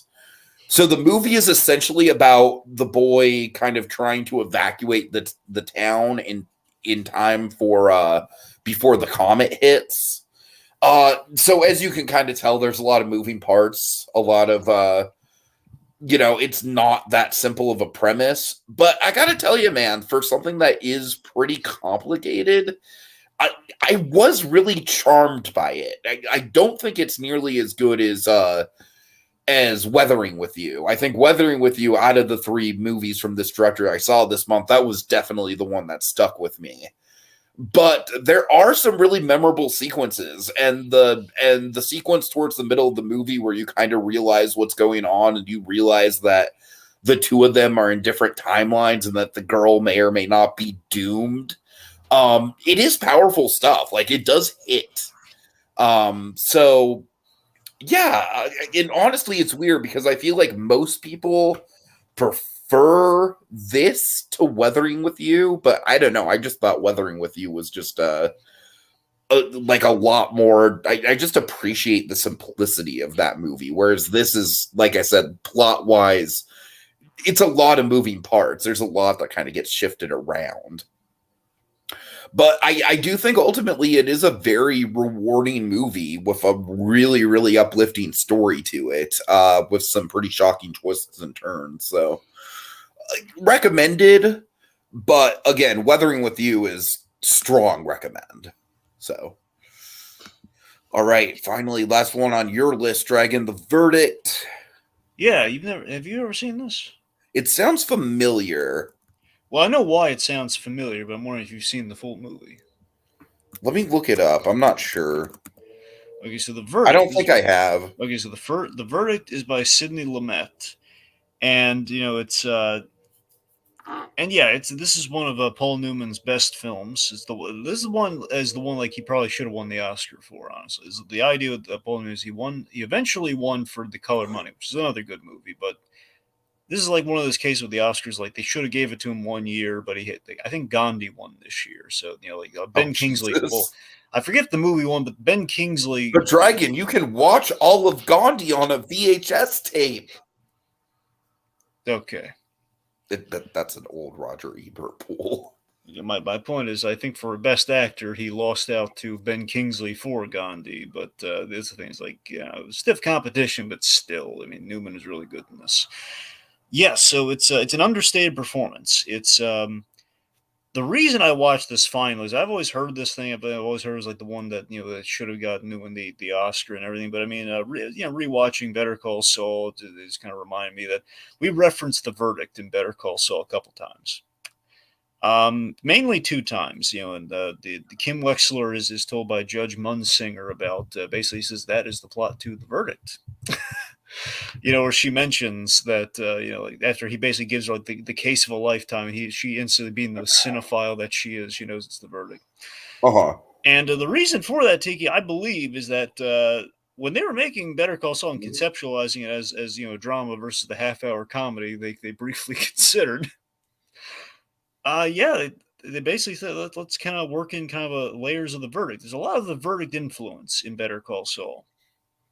And another gag too is like, you get a sense of, Jimmy McGill's like asked when he's wearing you look like Matlock in that suit. No, I look like a young Paul Newman. Again, little reference to the verdict. Okay, again, the point is, like, it feels like Jimmy McGill sees himself as Paul Newman, and Paul Newman is like a struggling ambulance chaser lawyer, like very much season 1 Jimmy McGill. So a lot of that's this movie.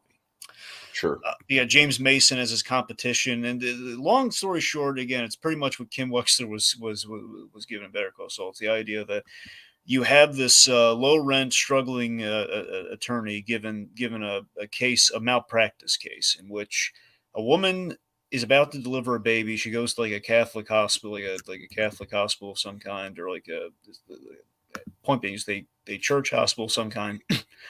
The doctors make a mistake. She ends up choking on her. She ends up choking on her own vomit. Loses the baby and is in a coma. So pretty much she's never coming out of this thing. It's terrible, awful situation. And the church just wants to settle this, so they go with an ambulance chaser to settle the case. And they basically the family of the girl hires the ambulance chaser so they can settle this case and move on, because the guy's not known for winning cases or anything, but he does.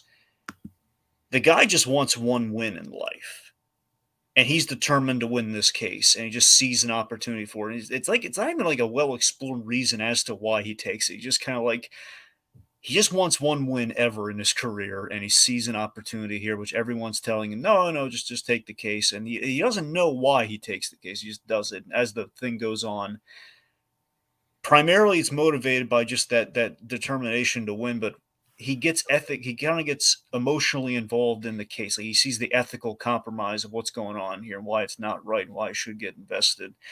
And there's a lot of good stuff here. Like, there's the judge is against him. It's an uphill battle. There's a huge betrayal in the film. Like, someone betrays him in a really huge way, and it's kind of like, oh wow, that's bad. What happened to this poor guy? And yeah, basically it all leads to the testimony of the nurse who was there when this malpractice event occurred. And it's David Mamet, he wrote the script. It's based on a book, and David Mamet, the playwright, adapted it, and he did a really good job. And it's just it deserved Oscars, my friend. It's definitely one of those kind of like classic sort of, like if you haven't seen it, sort of bits and pieces of it from pop culture osmosis, like, like the Better Call Saul, Paul Newman references. Yeah. I mean, Tiki, I'll put it simply. Of the courtroom dramas in film, you got two main ones. Again, you get To Kill a Mockingbird, and then after that, you probably got this. It's really good. I mean, I would put A Few Good Men up there. Well, no, not A Few Good. Wait, do you mean A Few Good Men? It's either A Few Good Men or All the President's Men. I get the two mixed up. Well, no. I mean, I think you mean A Few Good Men, but I was also weren't you thinking 12 Angry Men? Does that count, do you think? That counts, but I am thinking of A Few Good Men. You Can't Handle the Truth. That's the thing, because I mean, when you think of 12 Angry Men, they're technically not in the courtroom; they're in the jury room. So I don't know if it counts, right? But it's kind of it's courtroom adjacent. Now, what if one of those jurors was actually the killer? No, that's the remake of 12 Angry Men. That's also, and we're getting. That's also juror number 2. All right, exactly. Okay, so to round things off, let me tell you about.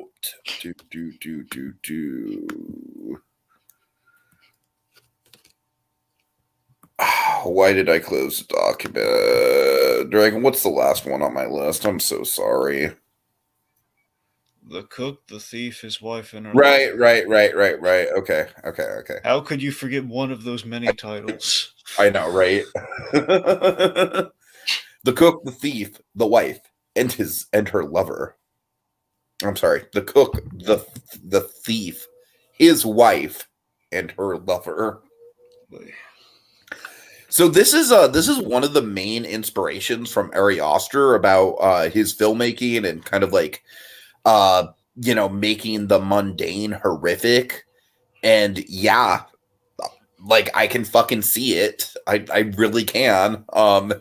This actually stands out to me because I remember, much like My Dinner with Andre, my grandparents would go on like, it's literally just a movie about two people talking. It's ridiculous. My grandparents used to like cite this movie as like, did you know there's a movie called The Cook, the Thief, the Wife, and His Lover? Isn't that a funny title? I'm like, yeah, it's a funny title, but goddamn, it's not a funny movie by any stretch. Okay, so first of all, this movie does have a really good cast.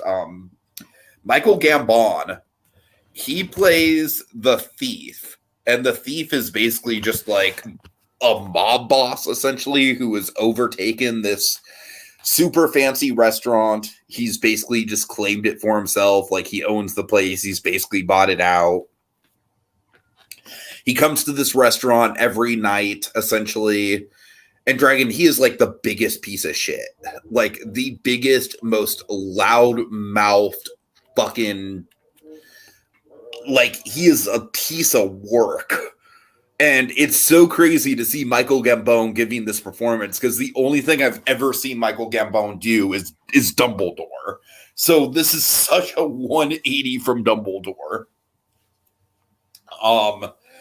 His wife, Dragon, is someone you're familiar with, Helen Mirren. Yeah, what a dame. And this is 1990 Helen Mirren. So, she's definitely got like, she's brimming with sex appeal. And but Dragon, the way that, I don't want to get too personal with this, but like the way that Michael Gambon treats Helen Mirren is like ridiculously abusive. And there are shades of the situation with my mother that are very uncomfortable for me in this movie. The gaslighting specifically. But like it is very visceral. And then there's also this dude who just happens to be coming around the restaurant that Michael Gambon is kind of starting to take note of. And guess what, Dragon? He's the lover. He's the lover. And about midway through this movie, well, no, not about midway through, about,